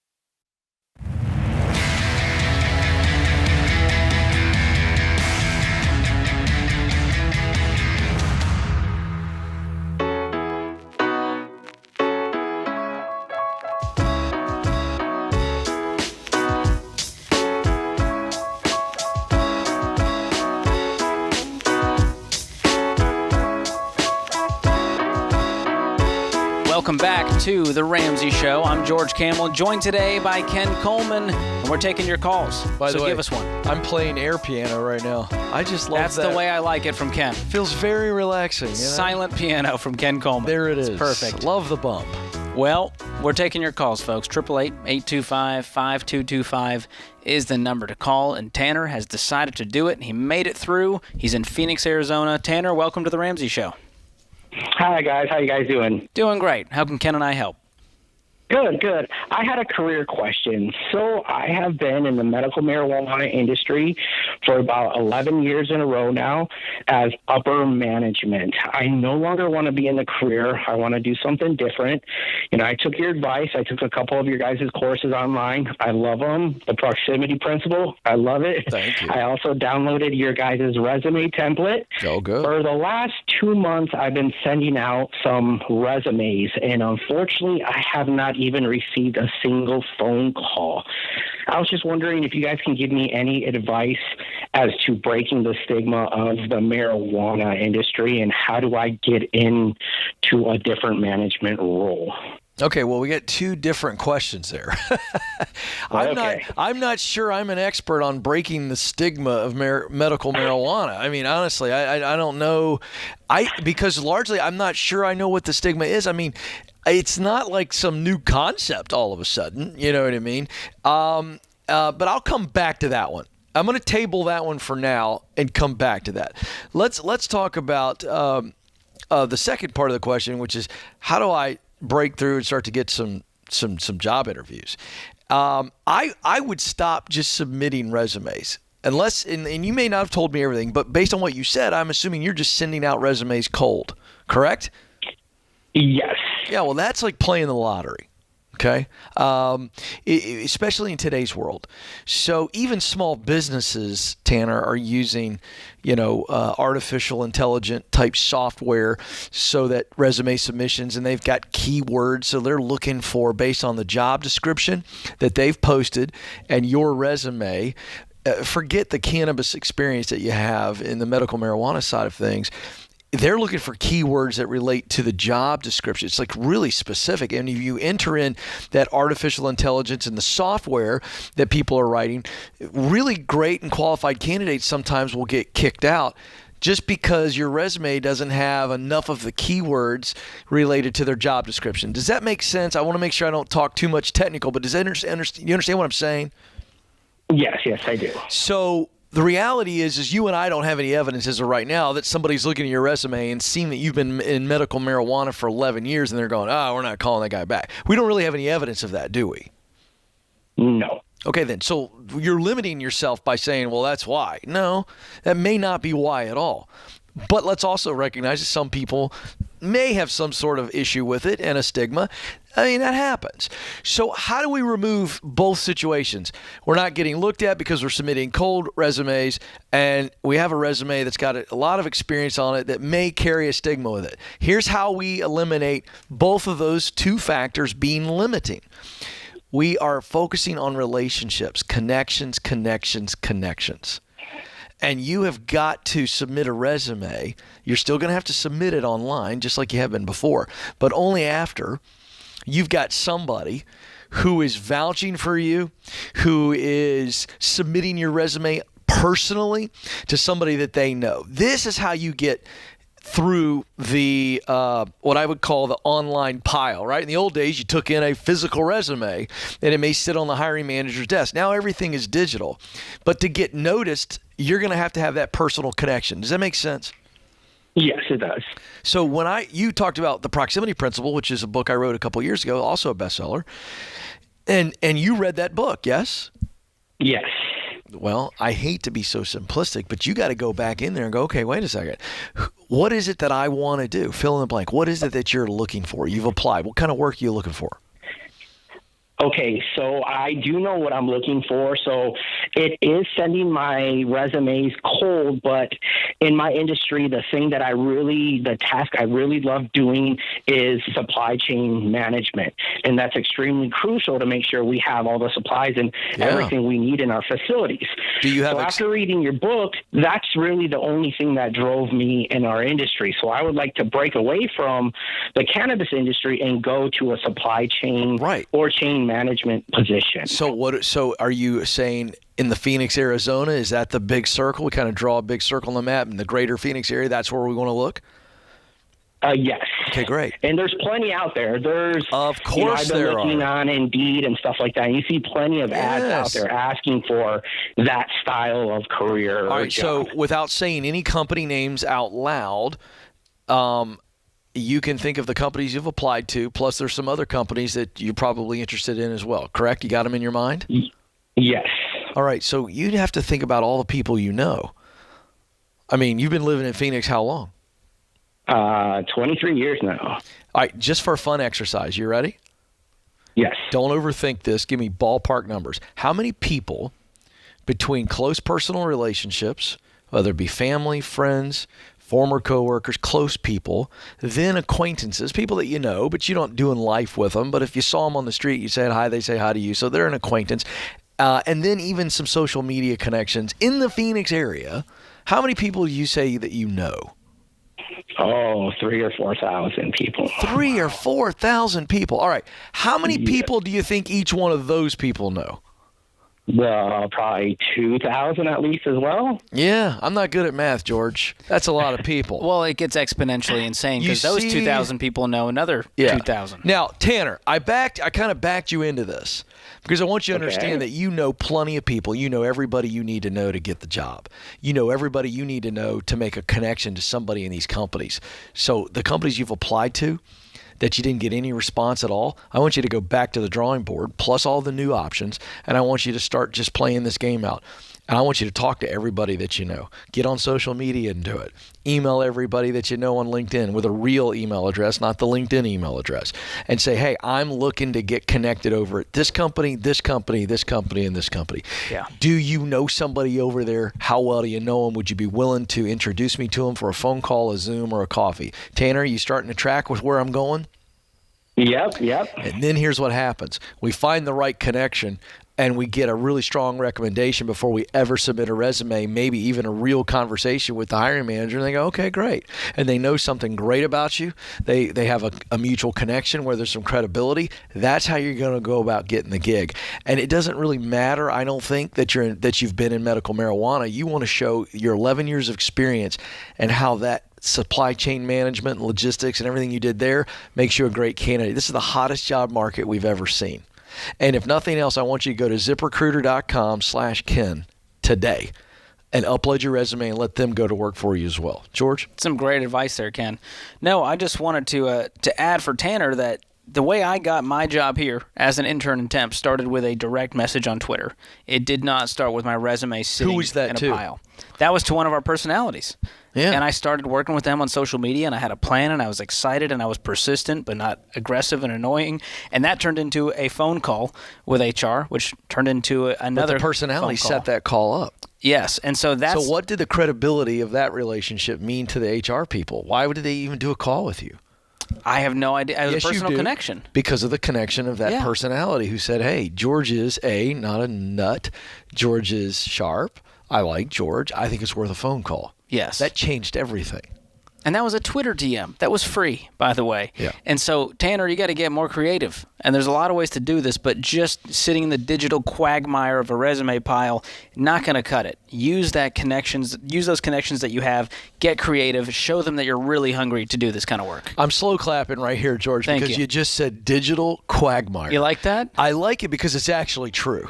This is what the new world is like. When you submit a resume cold without a relationship, you are essentially putting yourself in the digital quagmire. Yes. To impress Ken Coleman with a word, that's a big day because you've got a lot of $10 words. It's amazing. Quagmire. Hey, that puts this hour of The Ramsey Show in the books. My thanks to my pal Ken Coleman, all of you listening out there, America, and the team in the booth. James Childs, our producer, Kelly Daniel, our phone screener and associate producer, Ben Hill, running the board. We appreciate you guys so much. We'll be back with you before you know it. This is The Ramsey Show.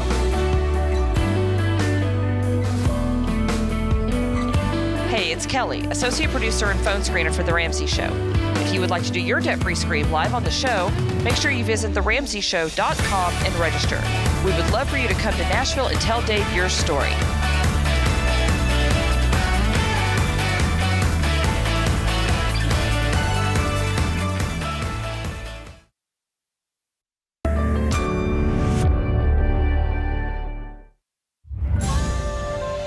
This is The Ramsey Show. You can be intentional about your character. You can have money and a career. You are the hero in your story.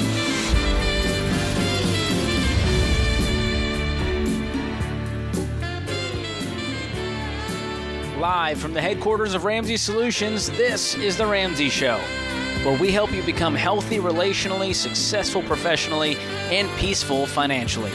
I'm George Camel, joined this hour by my friend Ken Coleman, best-selling author and host of The Ken Coleman Show. Open phones this hour. Give us a call, 888-825-5225. We can talk about your work, your relationships, your money, all of the questions that rattle around in your head that keep you up at night, the frustrations at your job, the toxic workplace, the debt that seems to never go away, the retirement that you dream of. We can talk about all of it. 888-825-5225. Heidi kicks off this hour in Columbus, Ohio. Heidi, welcome to The Ramsey Show. Hi, thanks for taking my call. Absolutely. How can Ken and I help? So I've been kind of just sitting here going over this month's budget, and I use the EverDollar app. Awesome. And I'm starting to see this lagging problem that we're having, and that is we have a very high deductible insurance that we pay. So we have $11,000 out-of-pocket max, but we have to hit $4,000 before it kicks into 90/10. But long story short, my husband had major surgery at the end of last year. He's still recovering. 2 of my kids had to have some procedures done. So guess what? We've already got medical bills out the wazoo from last year and now already this year already. We've already hit $4,000 in bills. And I'm a stay-at-home mom. So this is where we're getting caught, though. My kids have a lot of health needs. Some of them are in a couple therapies a week, special issues. They're all 5 and under. So, I'm trying to figure out, if I could think of any other way, to find jobs. I'm struggling, and I'm feeling really discouraged. Just with my husband, we were just making by. We were trying to stay on a budget, but every month, like, the bills just keep piling up, and we don't know how to keep our money spreading out when it just keeps going. Yeah. Well, here's the deal. We can figure this out. I know it's overwhelming, but we got to get realistic and say, okay, how much time do you actually have, or how much time are you going to need to make to then be able to make money? So give me a ballpark. Not holding you to this. This is an exercise. How many hours do you have in a given week, including weekend days, to make some money for a season? I would say probably a max would be about 10 hours a week, to be very honest, just because my husband can't drive since his injury. And so it's me, doing everything around the house. Okay. All right. So let's get realistic there. All right. So 10 hours a week, that's the max you have. If you made $20 an hour, you'd be pretty thrilled with $20 an hour, wouldn't you? Yeah. Yeah. But I would be. But that's $200 a week, right? Yep. And then let's add that out. So, I mean, is that going to make a huge difference? I'm guessing anything helps, but how much of a difference, if we just play this out, we're just playing round numbers now, how much would, let's call it $800 a month or $1,000 a month on a 5-week month? How much of a difference would that make? That would probably help, since the medical bills right now are still sitting at $5,500 from last year and now $4,000 this year. That would help at least put more towards the medical bills. Yeah, it would make a dent if we're looking at that a month. Yeah. Okay. All right. So the challenge is you got to do that from home, right? So I could tell you there are part-time jobs where you could make 15 to 20 an hour, but they're not at home. So when you start looking at home, you have to start looking at things like virtual assistant. But again, I don't even, that's if you can do that. So someone who's organized, but virtual assistant has become a really great opportunity for folks to make money at home, virtually doing, executive assistant roles. But again, is somebody looking for just 10 hours a week? But that is one that can get you a pretty nice hourly rate. There's a sales function, right? So what kind of at-home sales, if they've got a good product, they got good leads, and they're just looking for somebody to put in the hours, the 10 hours, you got to start looking for things like that, because this is less about what you really enjoy, and this is actually more about what you can do. And we're looking at talent only, because this is bearing down for a season. We got to bring in some income, and so you want to be thinking, what are you best at doing? What are your talent and experience buckets? That's what you need to be looking for right now, because it gives you the best chance to be successful. You only have 10 hours. So if you get something that's $15 an hour, that's what you're looking at. So your ideas need to be around, talent and experience, right? So there are plenty of blogs, and, we've got one. Christy Wright had done one, at Ramsey Solutions on, 25 things you can do from home. There's all kinds of lists. And so you've got to start matching up at-home work, things you can do from home that match up with your talent. You can do transcription services, customer service rep, like Ken mentioned. You can do tutoring virtually. I mean, there are a lot of options out there, but I would take a good look at your skill set, what you're able to do, and start to do some research on what would be a viable option for you, knowing you've got 10 hours a week. Now, what's the household income? It's about $60,000. Okay, and is your husband able to work anymore?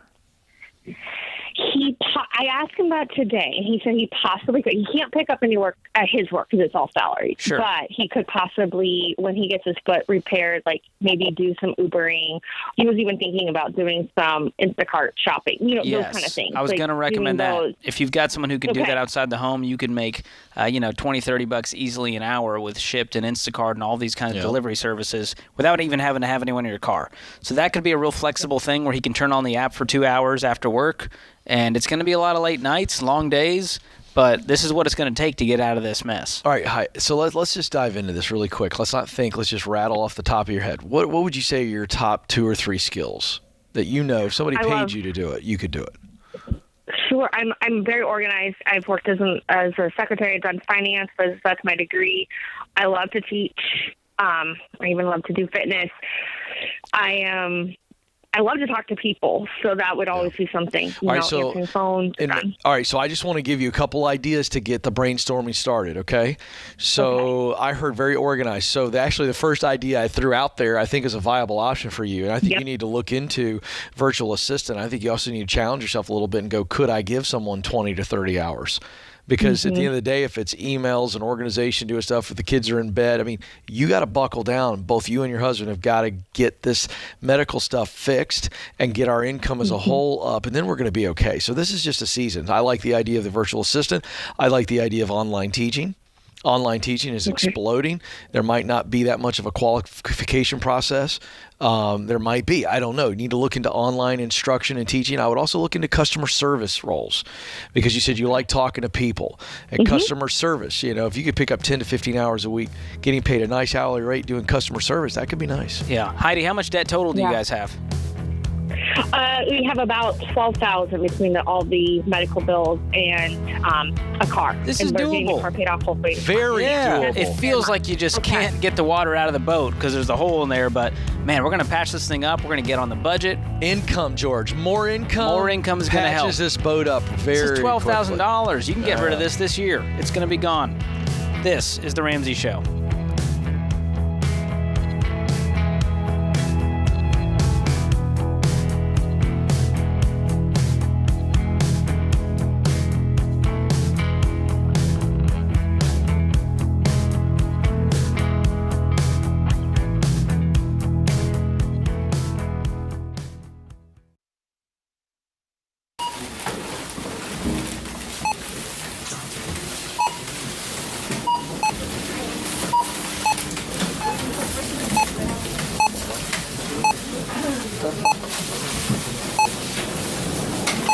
Still on baby step number 1, eh? How'd you guess? With healthcare costs rising, learn how Christian Healthcare Ministries can help you make the most out of your budget. Visit chministries.org/budget. Don't worry, it's worth it.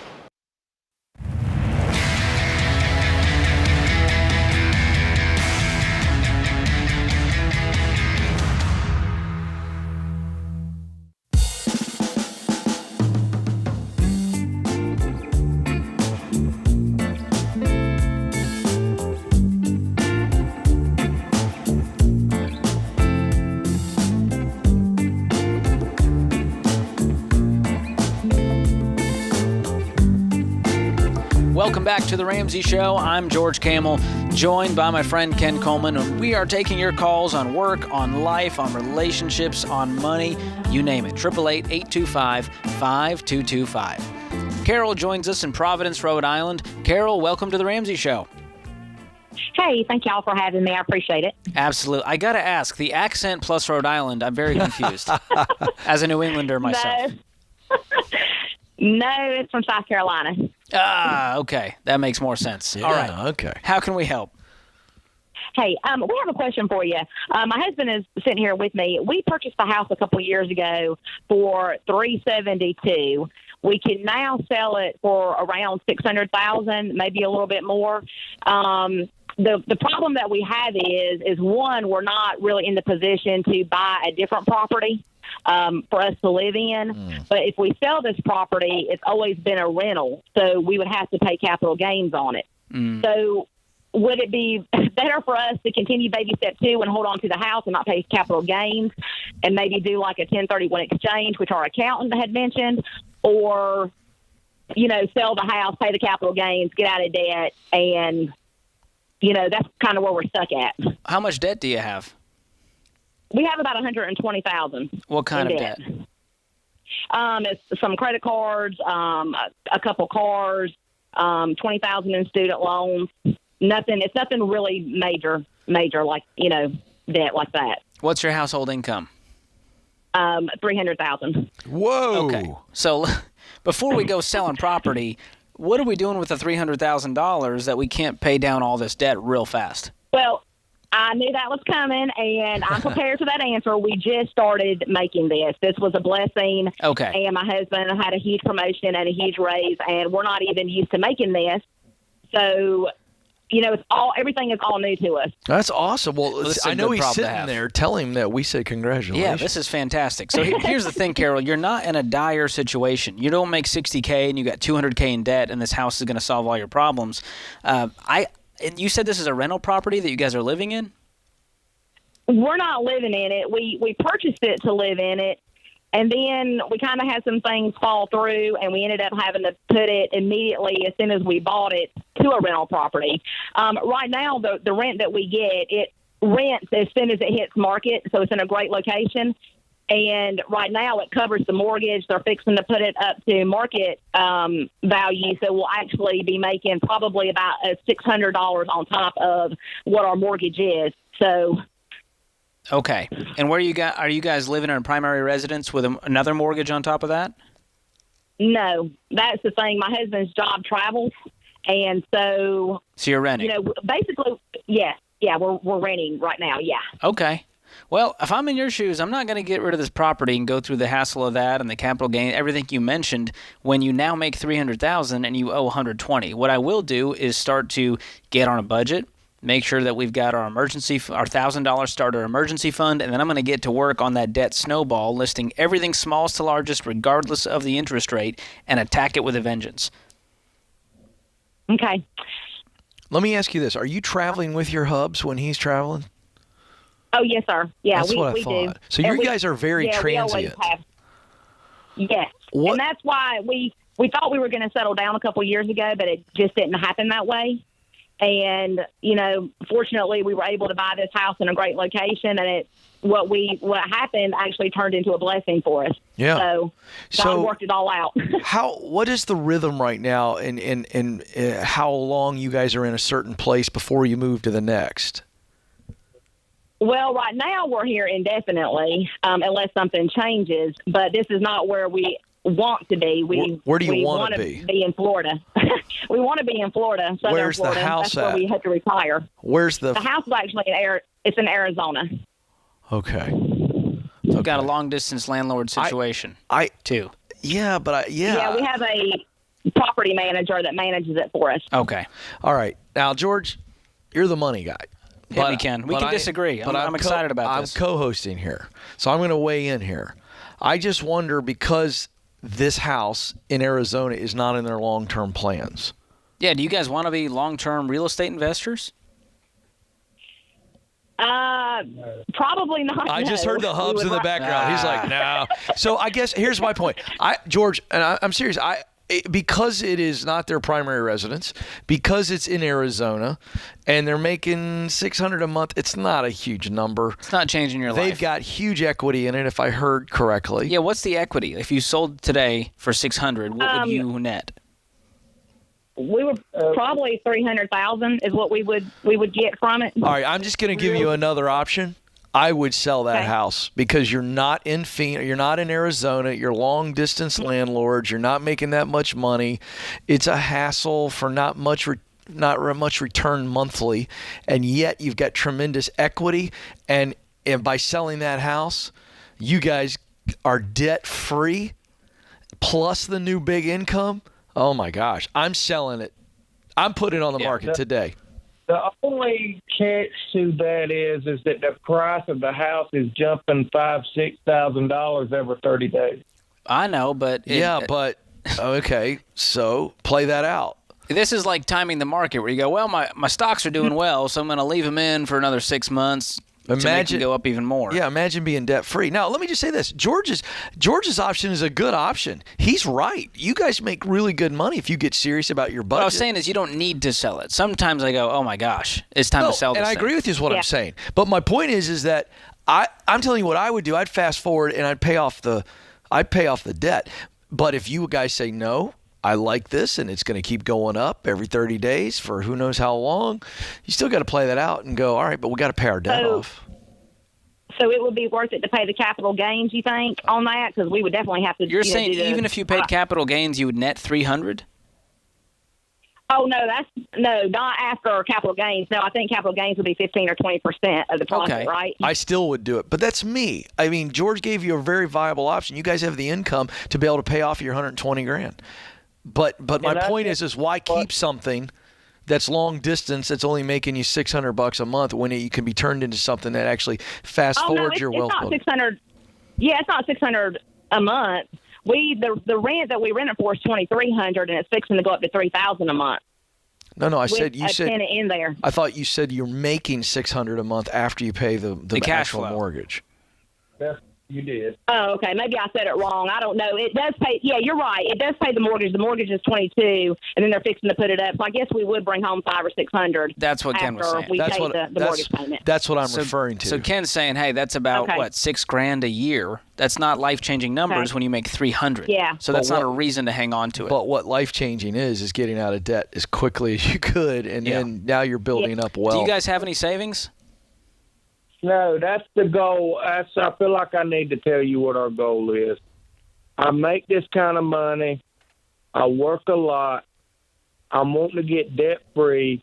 And if I can manage it on this kind of money, retire in 10 years, I don't know if that's feasible or not. It is if you guys take advantage of this income. And I think you sell the house. I mean, if you sell this thing and pay off your debt, let's say you net $300, just ballpark numbers. You get rid of the debt, you're left with $180,000. You told me you don't have much in savings. We got to get you guys a fully funded emergency fund of 3 to 6 months. Let's just call it $30,000, $40,000. Does that sound good? Okay. Mm-hmm. So at that point, you still have $140,000 left that you could put in index funds, and while you guys are living this transient life, let that grow for you. And then when you're ready for Florida, you're going to be able to pay cash for a home, which is going to help you build that your assets up so that you can retire with dignity and have an awesome retirement. Sell the house. By the way, we haven't even touched your $300,000 in income. So put that to work. Don't live on less than you make. Continue to live exactly as you've been living before you made this kind of money, and you will be multimillionaires. You can do this. Not to mention, long-distance homeowners is a pain. That's right. That's what I'm saying. Man. Sell the house. Sell it. I could listen to those accents all day long. George, tell him. Sell it. Thank you. Sell it. Thanks for the call, Carol. Appreciate you guys. This is The Ramsey Show.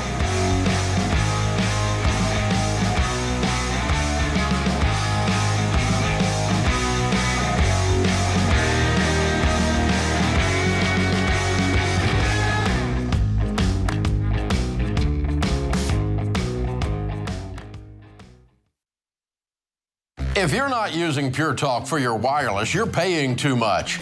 Pure Talk gives you the same great 5G coverage on the same 5G network as one of the big guys for half the cost.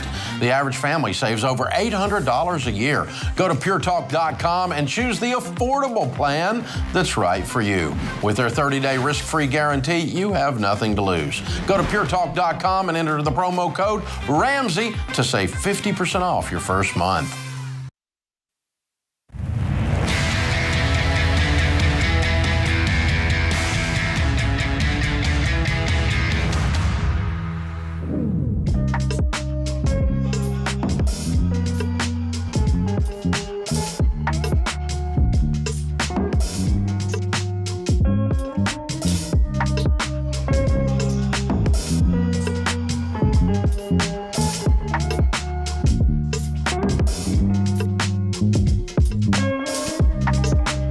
The bearer of bad news, but it is tax time, folks, and many of you have been filing your taxes with the same software for years.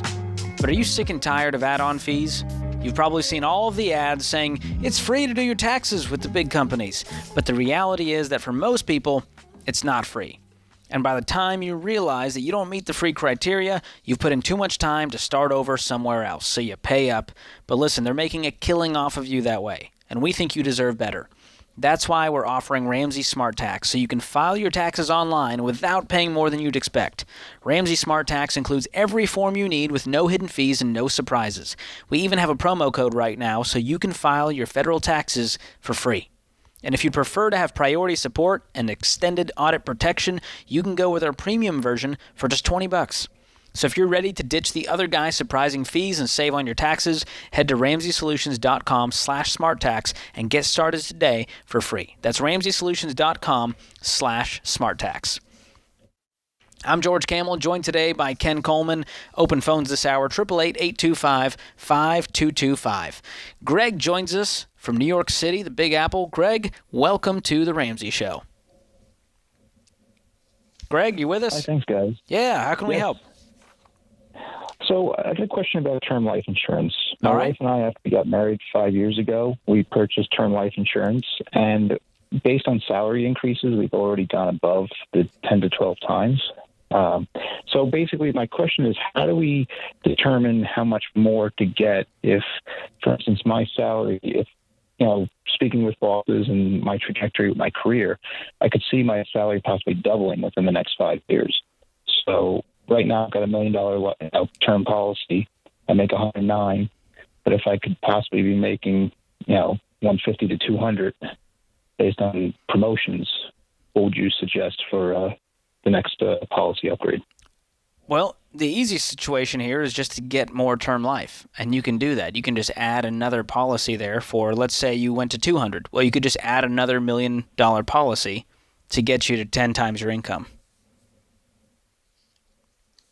So are you trying to, I'm just trying to think, like, do you limit how many times you're adding a policy because, as you get older, the prices go up and then, potential health differences and whatnot? Or Sure. You're saying, should I limit how much I get because I don't need 20 years 10 years from now? I don't want to sign up for another 20-year policy. Well, I guess a secondary question, which is, the 15 to 20 years, I'm 32. So if I can't take any money out of retirement, or my wife can't either until 59 and a half, wouldn't we want to be closer to the 30 to get us up to that 50? If you follow the baby steps, then after that 15, 20 year, you are going to be what we call self-insured. Because you will have a paid-for home, and you're going to have lots of money in your investment account because of 20 years of compounded growth if you've been investing for that period of time. And so at that point, there's not a lot of expenses to rely on. If something happened to you, then your wife would be okay because she's got a paid-for home and she's got a big old pile of investments that she would then inherit and be able to use. Okay, understood.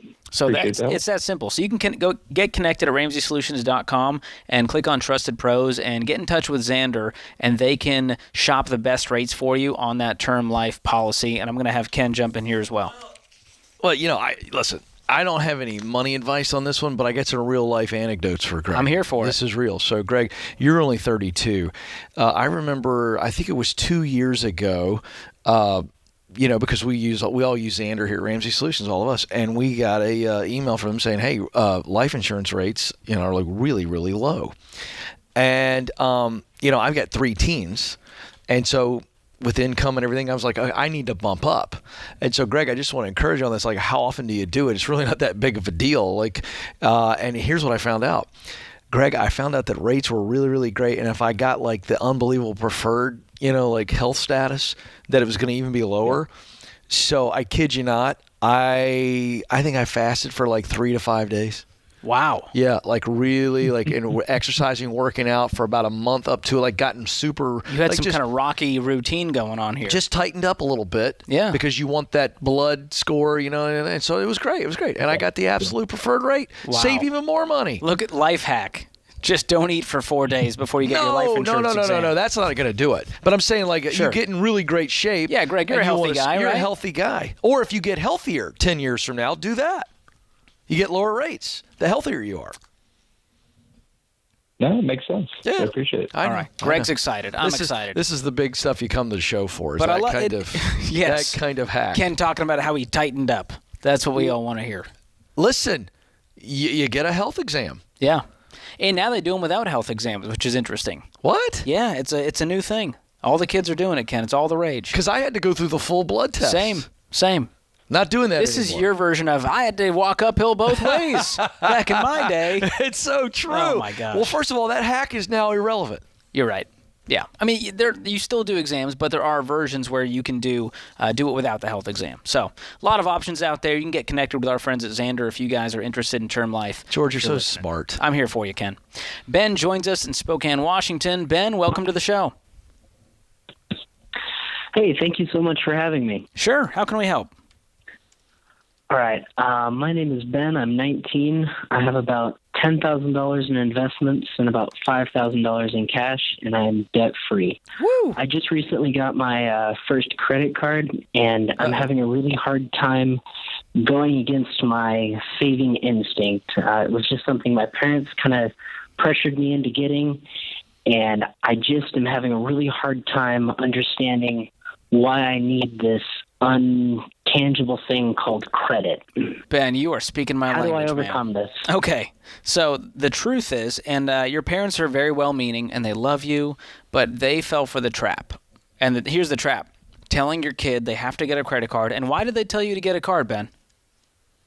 To build up credit. Boom! To get your credit score up. And why do you need a high credit score? To pay for a house. To get is loans. What they told me. To get loans. That's the only thing you need a credit score for. And the truth is, you don't. And I can tell you this because I am a practitioner of this. I was able to get my mortgage, which is now paid off, without any credit score. Wow. Is that shocking? So, why does everyone just seem to have a credit card then? It seems as though Ben, it's the we are norm, asking and the I'm same not- question every day on the Ramsey Ben, Show. it's called marketing. Think about how many. I want you to watch TV the next 3 or 4 nights. You youngsters don't watch network TV. Yeah. Watch how many commercials there are for a credit card. It's insane. There's a lot. Ben, a lot. Would your parents sit down and listen to a podcast with you, just one episode? Yeah. Okay. Ooh, I like I'm going this. to point you in the direction of my podcast, The Fine Print. Episode 7 is called The Dirty Truth Behind Your Credit Score. And if you want to talk credit card rewards, Episode 2 is titled The True Cost of Credit Card Rewards. So if you want to have a fun hour, listen to both of those episodes with them, and we dig into all of those myths about credit. And your parents are not dumb people. They're smart, but they just fell for the normal American traps of, well, you got to have your credit score to build your credit. And how do you do that? Well, you got to go into debt, and you got to pay it perfectly and get more debt so that you can get a perfect credit score. But everything that they say you can't do without a credit score, I have done. I am like a unicorn, Ken. It's amazing. I rent cars. I rent hotels. I bought a house. I pay cash for cars, which means they don't need to look at my credit score, which, by the way, is invisible. Ben, are you hearing this? George is living outside the Matrix. You can too. Dude, it's so fun. Episode 7 of The Fine Print. I'm not kidding you. Your parents will actually like it. George is very entertaining, as you can tell. It's a blast. It's a great listen, and I think it'll be fun. Now, don't sit there and go, I told you, Mom and Dad. Let them listen to it and process it. But then as soon as the episode is done, I want you to cut up the credit card in front of them and say, I love you guys. I have the credit card in my hand. Okay, well, do it after the Do it episode. now. Film it and then send it to me on Instagram, @GeorgeCamel. I'd love to see that. This is going to be fun. I can't wait. Ben, thanks so much for the call, man. You're doing great, but don't fall for the traps. This is The Ramsey Show.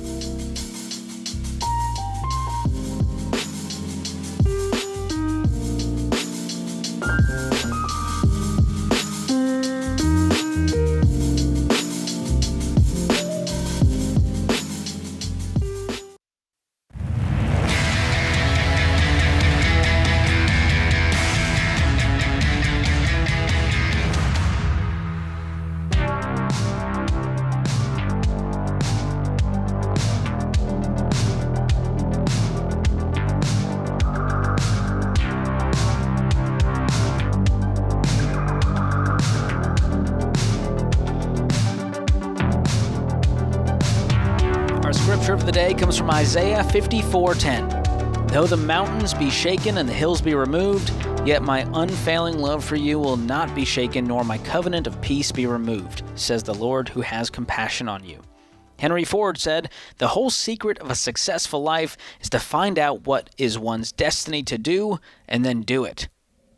I bet Ken Coleman loves that quote. Sounds familiar, doesn't it? Yeah. Figure out what you're born to do. Discover what you were born to do. Man, good stuff there. All right. Matt joins us this hour in Indianapolis. Matt, welcome to the show. Hello. Thank you so much for having me on. Absolutely. How can Ken and I help? So I'm a college sophomore. I've been fortunate enough for my parents to be able to pay for my education, so I have no debt. I have a little bit over $5,000 in investments in mutual funds, about $1,800 in the bank. And I'm getting married in May, so I'm excited about that. Hey, congratulations. Oh, thank you. Now, the issue is after graduating and being married, we're probably going to have roughly around $150,000 to $190,000 in student loan debt. Now, you said you didn't have debt? Is this? I don't. It is, it's from her, but the moment we say I do, it's a we. Yeah. Okay, I just want to make sure we were. What field is she going into? Public relations. Wow. And it was about $200,000 in student loan debt for her? On the high end, it's difficult for us to get an exact estimate at the moment. We're working with some experts in our area who kind of understand how much we can get in federal grants or in scholarship money once we're married. Right now, it's a little bit difficult for us to estimate that. That could help lower that number. Yes. But my question is, I have a little bit over $5,000 in investments for retirement. So I was wondering if I should move that over into the student loan debt the moment we get married, or should I let that accumulate interest, hold it for retirement, or put it into that debt a little bit later? You're saying these are retirement accounts? Is this an IRA or a 401k? Not actually at the moment. Right now, it's just a taxable brokerage account. Funds.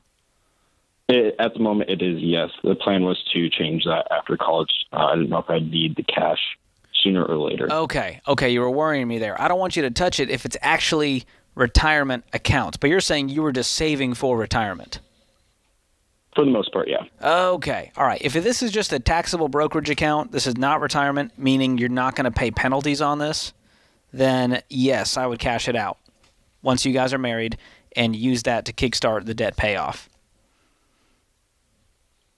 Okay. When are you guys getting married? The end of this coming May. Okay. And you're not working yet? Not at the moment. We do have various campus jobs.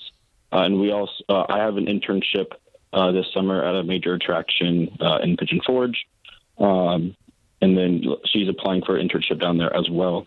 So we will have cash flow throughout the summer and also throughout the school years. We'll have a small cash flow. What's your major? What's your career going to be once you graduate and get a job?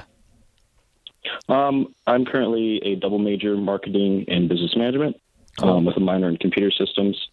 And I'm going into theme park management.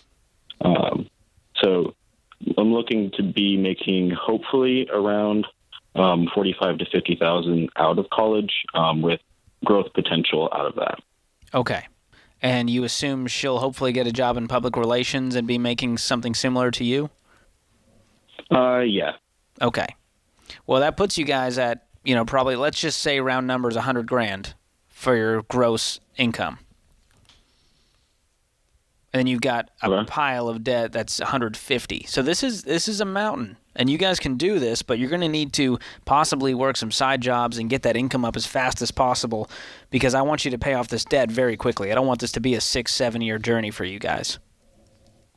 Yeah, that's definitely the goal. And we're definitely of the rice and beans mindset. We already have a worst case scenario and best case scenario budget set out for the summer. Good. My parents are baby steps millionaires who teach financial peace. So we've been able to learn those things over time. But the main question is just over those investments, whether I should hold them or... Yeah, if they're not actually retirement, I would just cash those out as you guys get married and use that to make a dent in these student loans. Okay, perfect. Yeah. Thank you so much. Appreciate the question, Matt. All right, moving on. We are headed to Little Rock, Arkansas. Stephanie joins us there. Stephanie, welcome to the show. Are you with us, Stephanie? Did you make it? We lost Stephanie. Oh, there we go.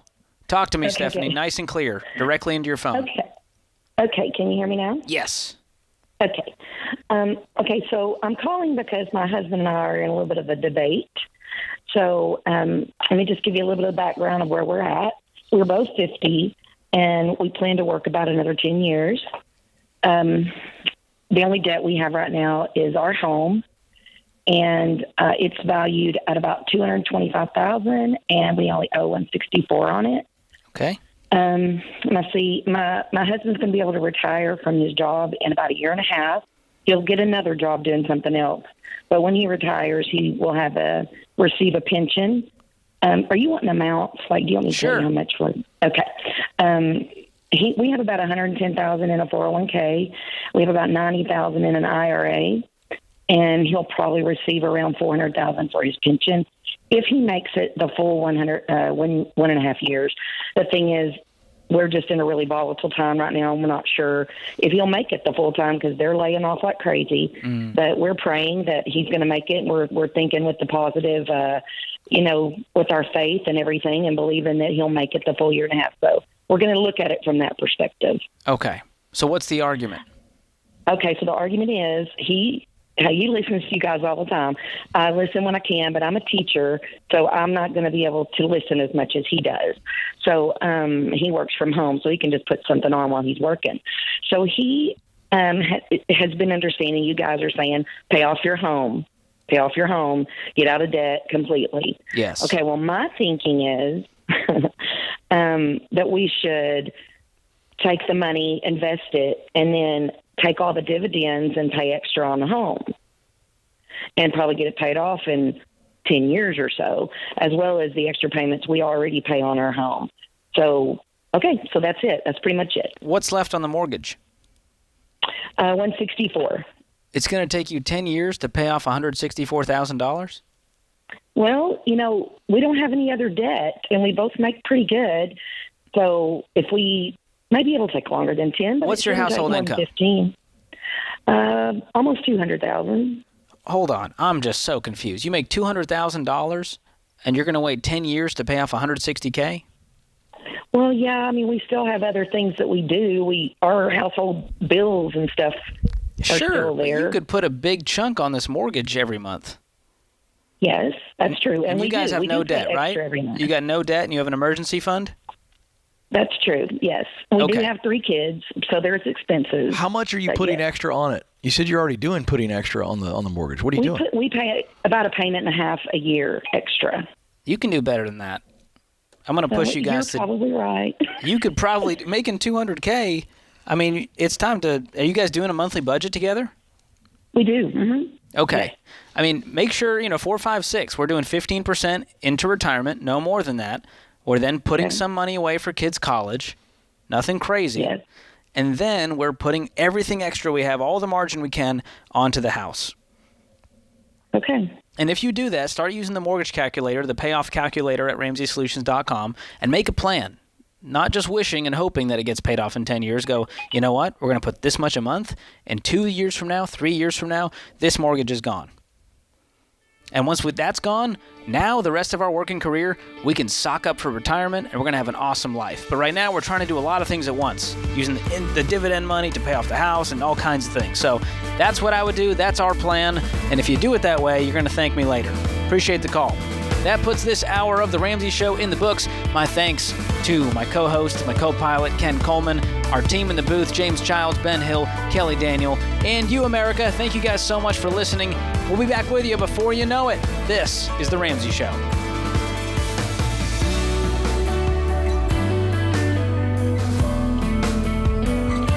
Have a friend or family member that needs a daily dose of Ramsey advice in their life? Let them know about the Ramsey Call of the Day podcast. It's a quick hit of advice about life and money in under 10 minutes. Check out the Ramsey Call of the Day podcast wherever you listen to podcasts.